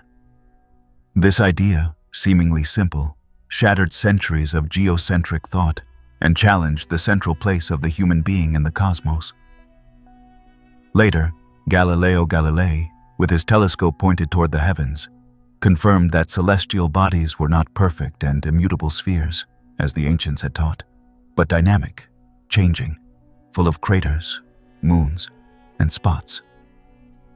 What his eyes saw changed forever the relationship between science and faith. And this was one of the most delicate aspects of the new era, the growing tension between emerging knowledge and established dogma. The Church, accustomed to acting as the guarantor of truth, saw its authority threatened. Galileo was put on trial for his ideas. Other thinkers were censored, persecuted, forced to recant. But there was no turning back. The seed had sprouted. And soon, this new way of thinking spread to other fields. René Descartes proposed doubting everything except thought itself. I think, therefore I am. Francis Bacon defended the empirical method as the only legitimate path to knowledge. Isaac Newton, from a quiet room, formulated the laws of motion and universal gravitation, uniting heaven and earth in a single mathematical language. Nature ceased to be a mystery accepted by faith and became a complex machine that could be analyzed, broken down, and mastered. But it was not only nature that became the object of analysis. Society, politics, and morality were also placed under the microscope. The Enlightenment, that great intellectual movement of the 18th century, turned reason into a banner and knowledge into a right. Enlightenment thinkers such as Voltaire, Jean-Jacques Rousseau, Montesquieu, Denis Diderot, and Immanuel Kant wrote with fire on the pages of history. They demanded freedom of conscience, separation of powers, universal education, rational justice, and rights for all human beings, regardless of birth, race, or religion. The ideas of the Enlightenment did not remain confined to books. They crossed salons, spilled into the streets, and fueled revolutions. The American Revolution in 1776 was born under the heat of these principles: equality, self-determination, resistance against despotism. And shortly afterward, in 1789, the French Revolution erupted, a political and symbolic earthquake that shook all of Europe. Heads rolled, churches were stripped of power, monarchies trembled. The people, for the first time in centuries, demanded their place as protagonists of history. The Declaration of the Rights of Man and of the Citizen was not just a document. It was a rupture. It proclaimed that all men are born free and equal, that the law must be the expression of the general will, that liberty, property, and security are inviolable rights. The entire traditional system of castes, hereditary privileges, and blind obedience was called into question. It was a new world, though full of contradictions, because many of these declarations of freedom still excluded women, slaves, and colonized peoples. European powers were divided. Some feared the spread of these ideas, while others used them as a banner. Napoleon Bonaparte, who emerged from the French Revolution, carried both the Enlightenment ideal and the sword of empire. His figure embodied the paradox of the age: liberator and dictator, reformer and conqueror, legalist and warlord. Through his campaigns, he disseminated modern legal codes, the principles of citizenship, and also the horrors of total war across much of Europe. But beyond the battlefields, something had changed irreversibly. Humanity had learned that it could think the world from scratch. that it could build systems of government based on popular will, not on lineage, that it could educate itself, organize itself, rebel. The idea of progress, understood as a forward path built with reason and effort, became a secular religion. The future was no longer a mystery reserved for the gods, but a collective project. At the margins of power, however, the price was high. Colonized people saw how ideas of liberty and rights were used to justify their subjugation. In the name of civilization, imperial campaigns intensified in Asia, Africa, and Oceania. The Enlightenment brought light, yes, but also shadow. Scientific racism, cultural hierarchies, the codification of inequality as part of the natural order. These were also uncomfortable children of this new era. And yet the sparks continued to ignite. Education began to spread. Constitutions appeared in different corners of the world.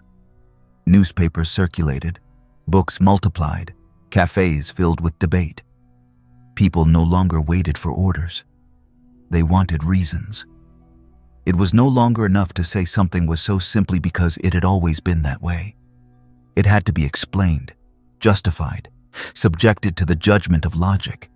Criticism became the engine of change. Meanwhile, science, now transformed into a system, advanced relentlessly. Machines began to alter the rhythm of life.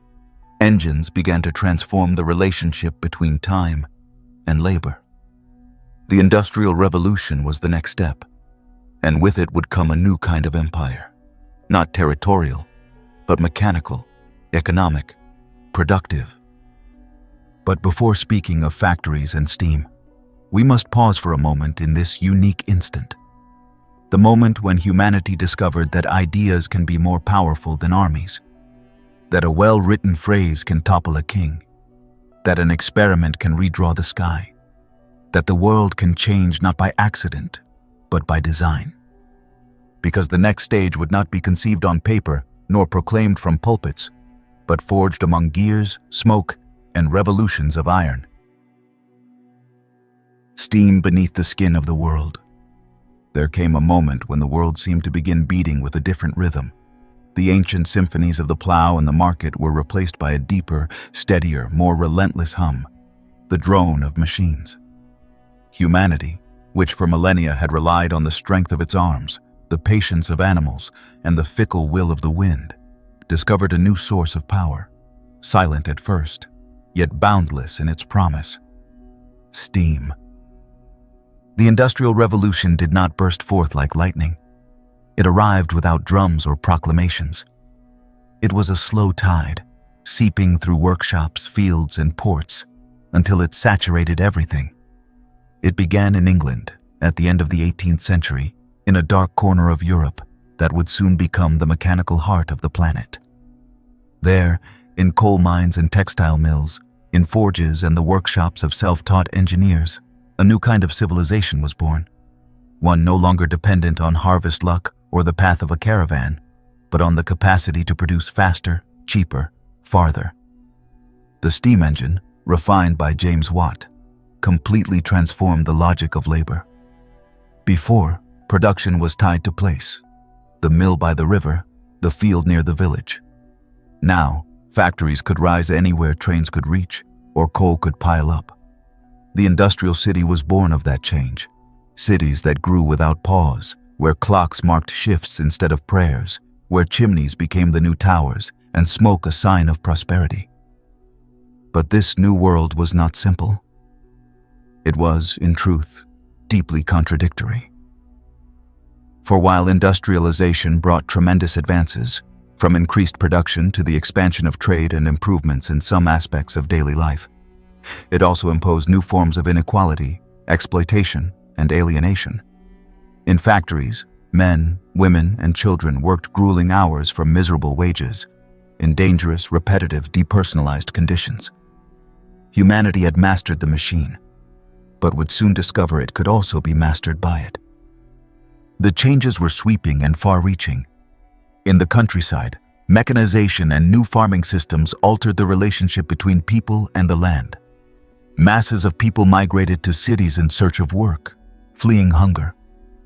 In ports, new steamships shortened distances, integrated markets, and accelerated flows.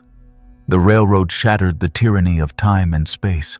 What once took weeks now took days. Distances shrank, but the world didn't grow smaller. It grew faster. In parallel, industrial capitalism began shaping not just the economy, but ways of thinking. The logic of accumulation solidified. Constant growth, consumption as the engine of society.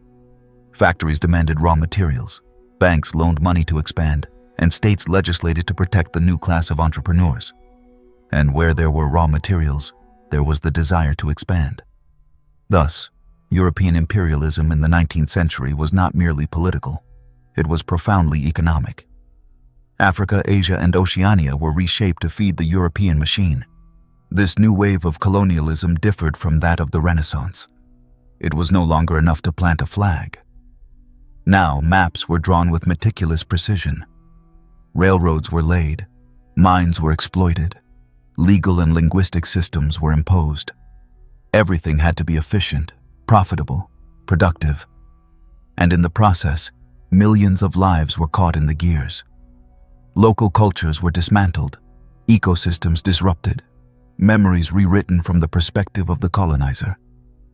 In the face of this transforming world, new ideologies emerged. Liberalism championed individual freedom and competition as drivers of progress.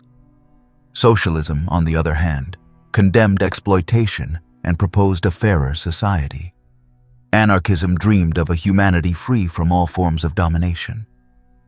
Gradually, these ideas began to organize.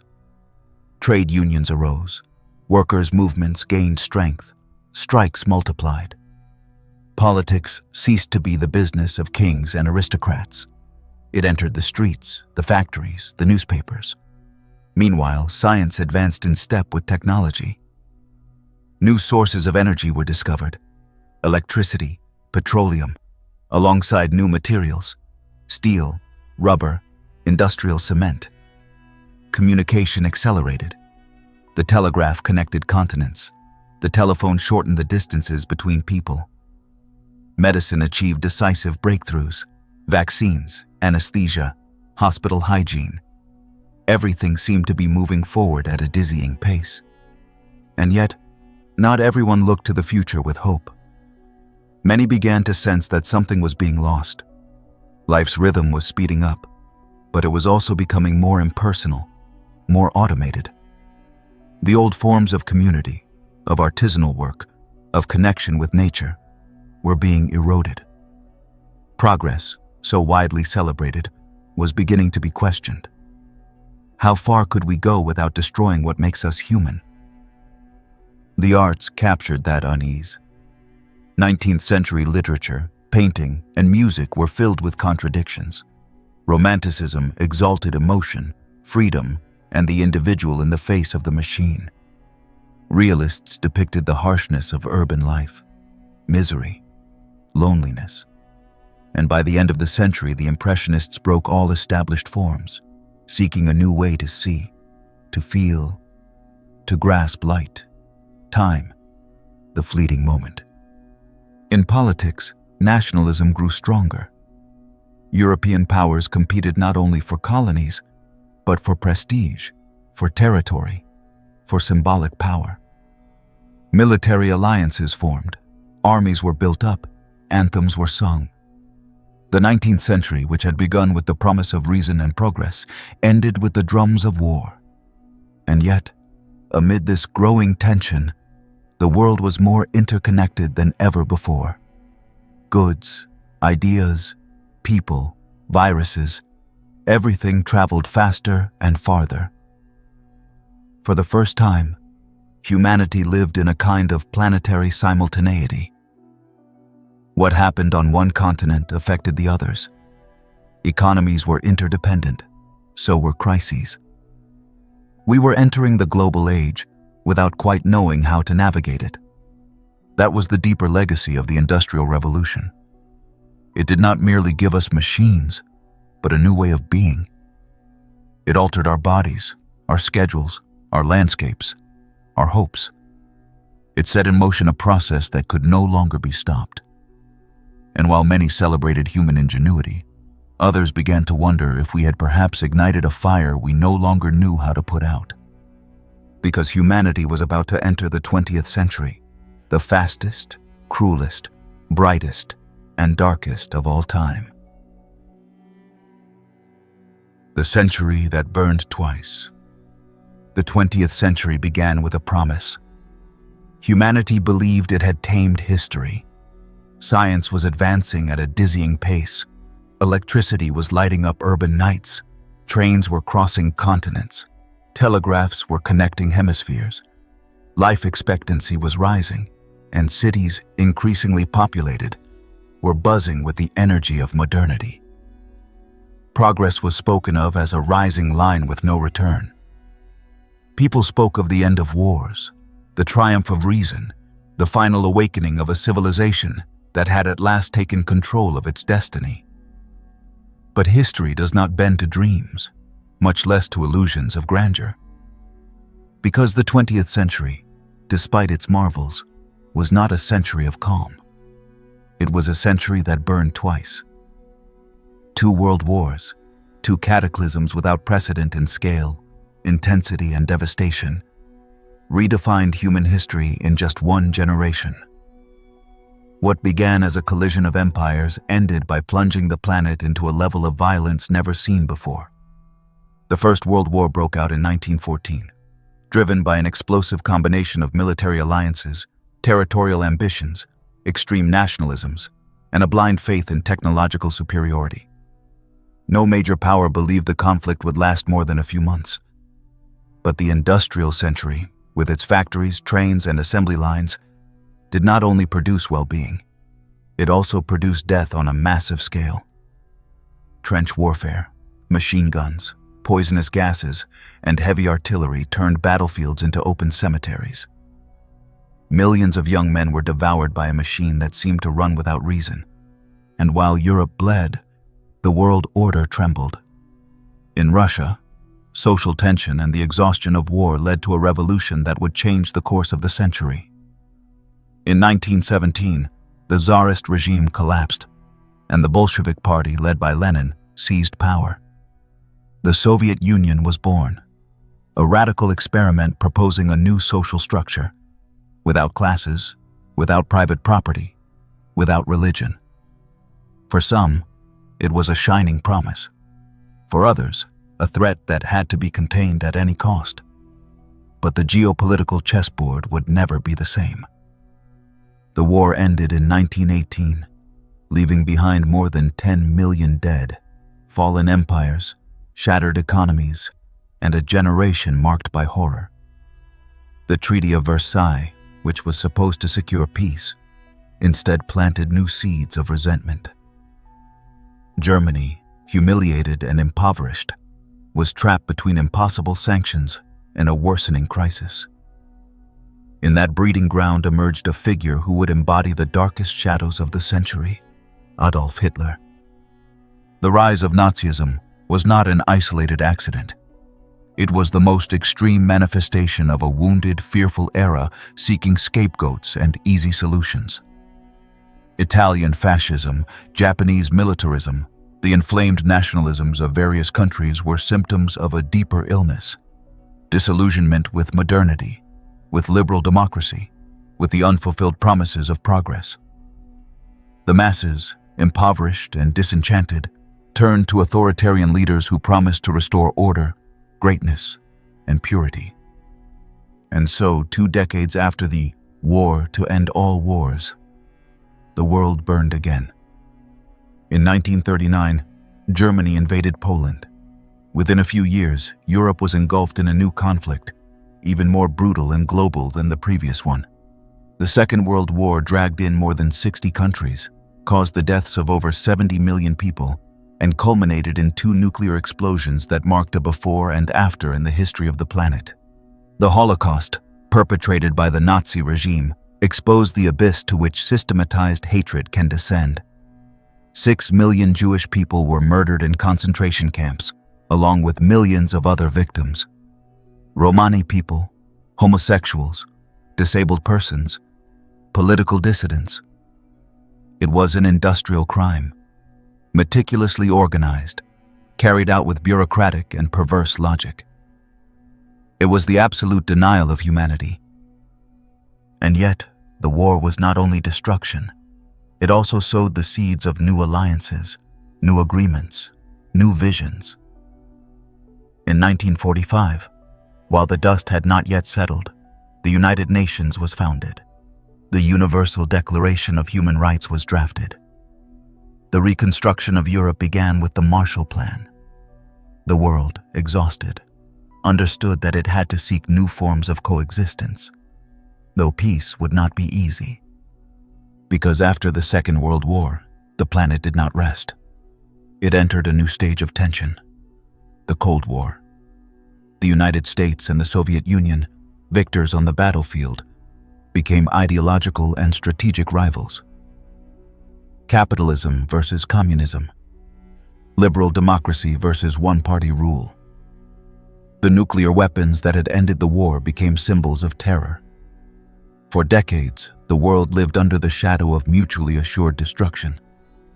And yet, in that scenario of threats and espionage, remarkable advances also flourished. The space race took humankind to the moon. Computing began to take shape in secret laboratories. Medicine succeeded in eradicating ancient diseases. Education expanded, the arts explored new forms, and ideas circulated faster than ever before. The 20th century was, at once, a century of fracture and of rebirth. Much of the world was decolonized. African and Asian nations gained their independence after centuries of European domination. The civil rights movements in the United States, the feminist struggles, the student rebellions, the cultural revolutions, all were signs of a humanity unwilling to resign itself to repeating its mistakes. But it was also a century full of contradictions. Technological advancement coexisted with environmental devastation. Economic abundance in some regions contrasted with hunger in others. The promise of globalization seemed to offer everything, but also created new inequalities, new vulnerabilities. The 20th century, in the end, was like an artery that pulsed with overwhelming force.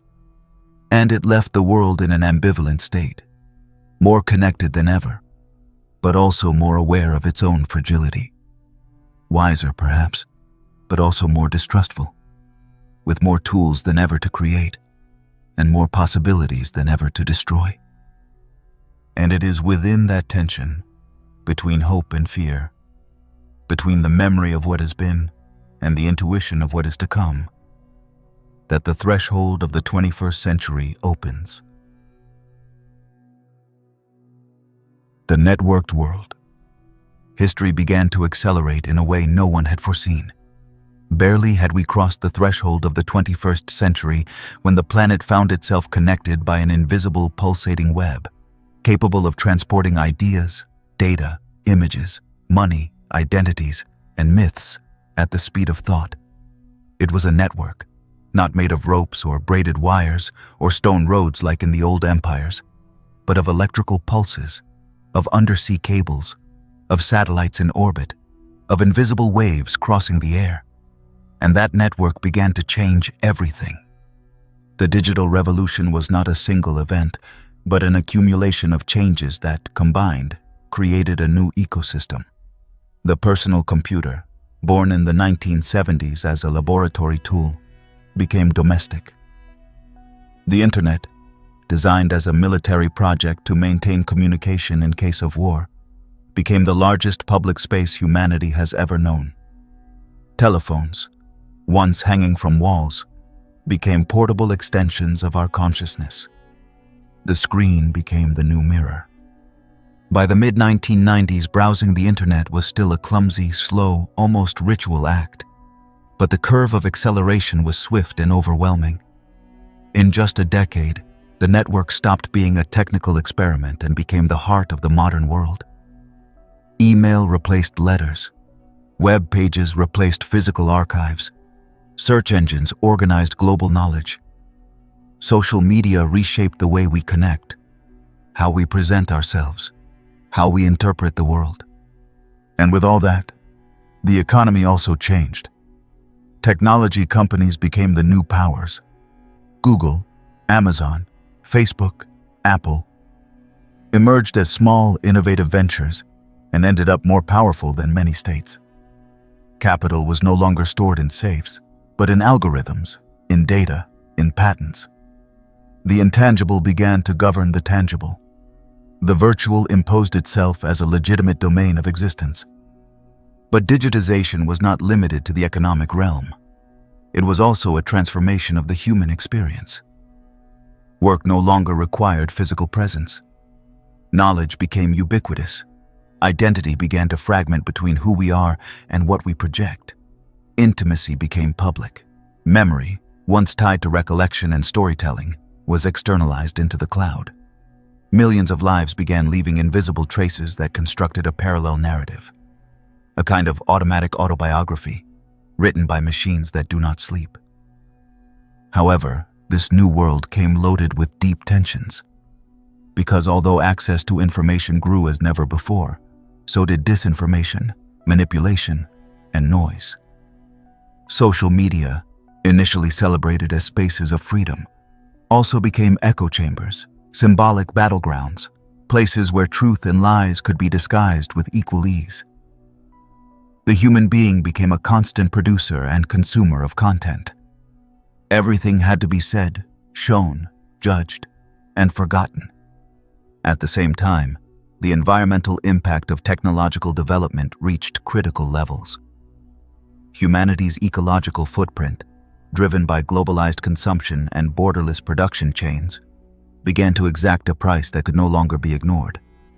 Climate change, caused by massive use of fossil fuels, deforestation, and a dominant extractive model, ceased to be a prediction and became a daily reality. More violent hurricanes, uncontrolled wildfires, heat waves, persistent droughts. The earth was screaming, and many still preferred not to listen. Faced with these challenges, the responses were contradictory. Some governments denied the evidence. Others attempted gradual changes. Citizens divided between fear and hope, between inertia and awareness, swung between mobilization and fatigue.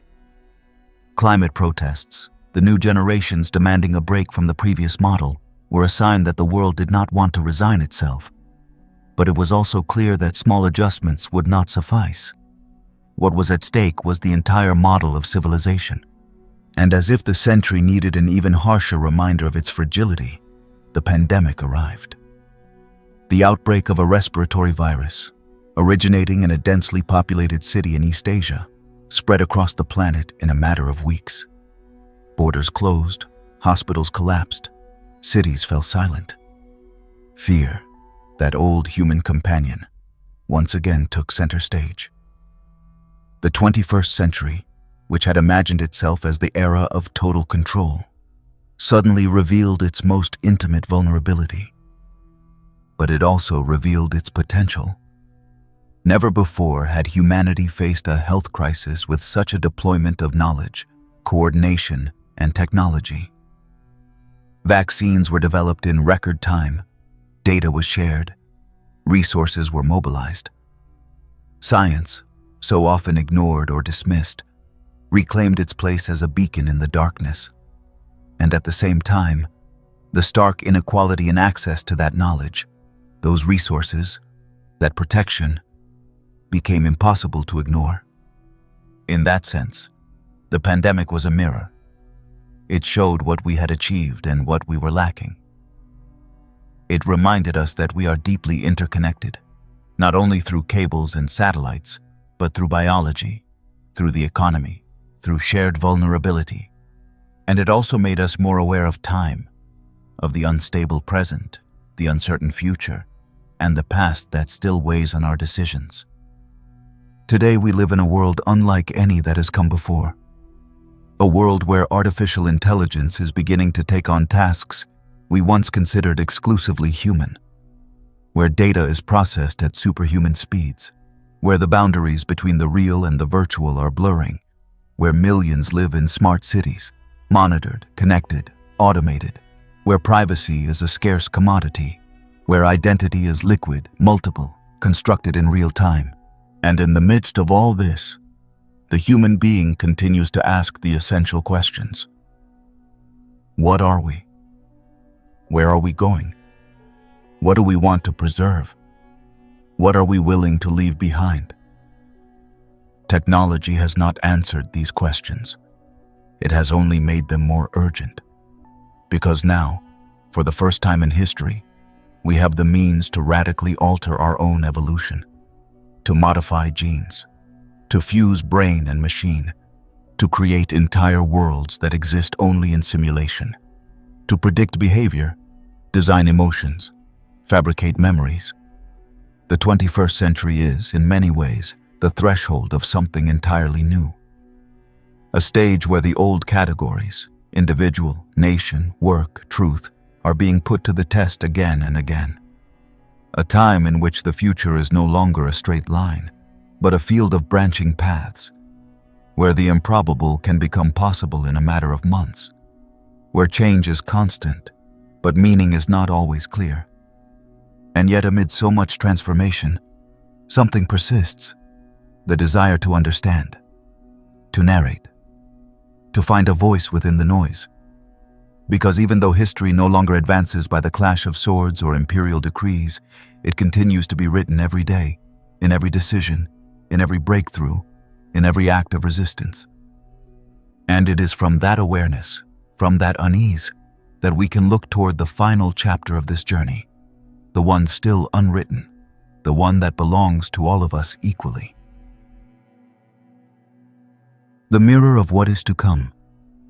Human history, in its vast and winding journey, seems to have reached a turning point. It is no longer just about looking back to understand where we come from, or about reviewing battles, inventions, or empires from the safe distance of the past. What lies before us now is something else. An abyss that is not dark, but neither is it entirely clear. A space where time seems compressed, where the decisions of the present echo far beyond any known generation. It is, in essence, the territory of what is to come. Until not long ago, the future was fertile ground for speculation, for prophets and visionaries, for dreamers who dared to imagine different worlds. People spoke of tomorrow as a distant horizon, a possibility always postponed. But something has changed. In recent decades, the future has ceased to be an abstract place and has become tangible. It has become urgent. At times, it has even become threatening. The future is no longer out there, ahead. It has begun to be felt here, around us, breathing among us. Never before had humanity held so much power in its hands. Power to modify the climate, to reprogram life, to create artificial intelligence capable of learning on its own, to alter entire ecosystems, to monitor entire populations in real time. Never before had we been able to intervene with such precision in the most intimate mechanisms of the living. But that power, far from bringing us certainty, has opened deeper questions than ever before. What kind of civilization are we building? What is the purpose of so much innovation, so much speed, so much accumulation? What is the destiny of a species that has conquered every continent, escaped gravity, pierced matter, and yet still has not learned how to live with itself? The great challenges we now face are no longer technical in nature. We have the knowledge. We have the tools. What we often lack is the will, the narrative, that inner voice that tells us where we want to go. Because the future, though it appears to be uncharted territory, also requires maps. And maps are not drawn with algorithms. They are drawn with imagination, with ethics, with memory. One of the deepest dilemmas of our time has to do with the very idea of humanity. What does it mean to be human in a world where technology can replicate our decisions, anticipate our desires, and at times, manipulate our emotions? What sets us apart from the machines we have created? Is it consciousness? Is it compassion? Is it the capacity to ask ourselves who we are? The emergence of advanced artificial intelligences has blurred a boundary that once seemed unbreakable. Machines no longer just perform calculations or repetitive tasks. Now they write, draw, carry conversations, compose music, diagnose illnesses, and suggest life paths. And they do so with an efficiency that can be both fascinating and unsettling. Not because they are going to replace us, but because they force us to rethink our identity from a radically new perspective. Meanwhile, the ecological crisis continues to grow as an inescapable backdrop. Global warming, the collapse of biodiversity, the pollution of the oceans, the scarcity of fresh water, the desertification of entire regions. All of these phenomena are deeply interconnected. And although the alarms have been sounding for decades, global action still moves at a frustratingly slow pace. There is a dangerous disconnect between scientific knowledge and political action, between public awareness and economic structures, between what we know and what we do. Yet, there are signs of change. All over the planet, movements are emerging that question the current direction. Young people organizing to defend the earth. Communities recovering ancestral knowledge. Scientists developing clean technologies. Artists creating new forms of sensitivity. Individuals choosing to live with less, with more purpose, with more connection. This is not a utopia. It is a quiet insurgency, a resistance born from everyday life. And in that intersection between what has been and what could be, history regains its meaning. Because if the long journey of civilizations teaches us anything, it is that no order is eternal. Systems change, empires fall, ideas evolve, tools are perfected, but also questioned. Everything human is contingent, fragile, and in constant reinvention. Thus, looking toward what is to come should not be an exercise in fear, but in responsibility. History has not ended. On the contrary, it has never been so self-aware. We now have more knowledge than ever, more connections, more opportunities to act, but also more risks. Because the speed of current processes leaves no room for indifference. Every decision, every omission, every political, economic, and cultural choice leaves a mark. And that mark can become a path, or a warning. It is likely that the next generations will live in a world radically different from ours. A world where energy is renewable, where cities are integrated with nature, where labor relations are completely redefined, or a dystopian world marked by mass control, technological exclusion, and ecosystem collapse. Both possibilities remain open, and in between them, a civilization that has yet to decide what story it wants to keep writing. What is to come is not a fate written in stone. It is a collective construction, a work being shaped in real time with every step we take, with every scientific breakthrough, with every law passed, with every child who learns to read, with every forest that is saved. There is no inevitable prophecy. There are paths, and there are choices. Perhaps what we need most today is not a new technology, nor a new market, nor a new application. Perhaps what we need most is a new narrative, a different way of thinking about progress, a vision that connects memory with anticipation, that recovers the beauty of care, the strength of cooperation, the depth of wonder. Because in the end, what remains are not the dates, nor the names, nor the monuments. What remains is the trace, the mark that each generation leaves on the skin of the world.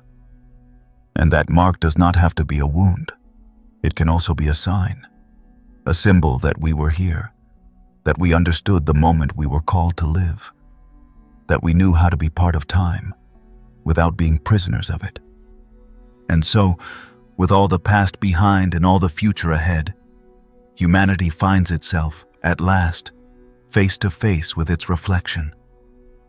A mirror without a frame, without a date, without a guarantee, but full of possibilities. And thus ends this journey through the entire history of human civilizations. If it captivated you, if it made you think, or if it sparked any question within you, I would love to read your thoughts in the comments. Subscribe to the channel if you want to continue exploring the mysteries of the past and of the future. We will meet again very soon on the next journey. Good night.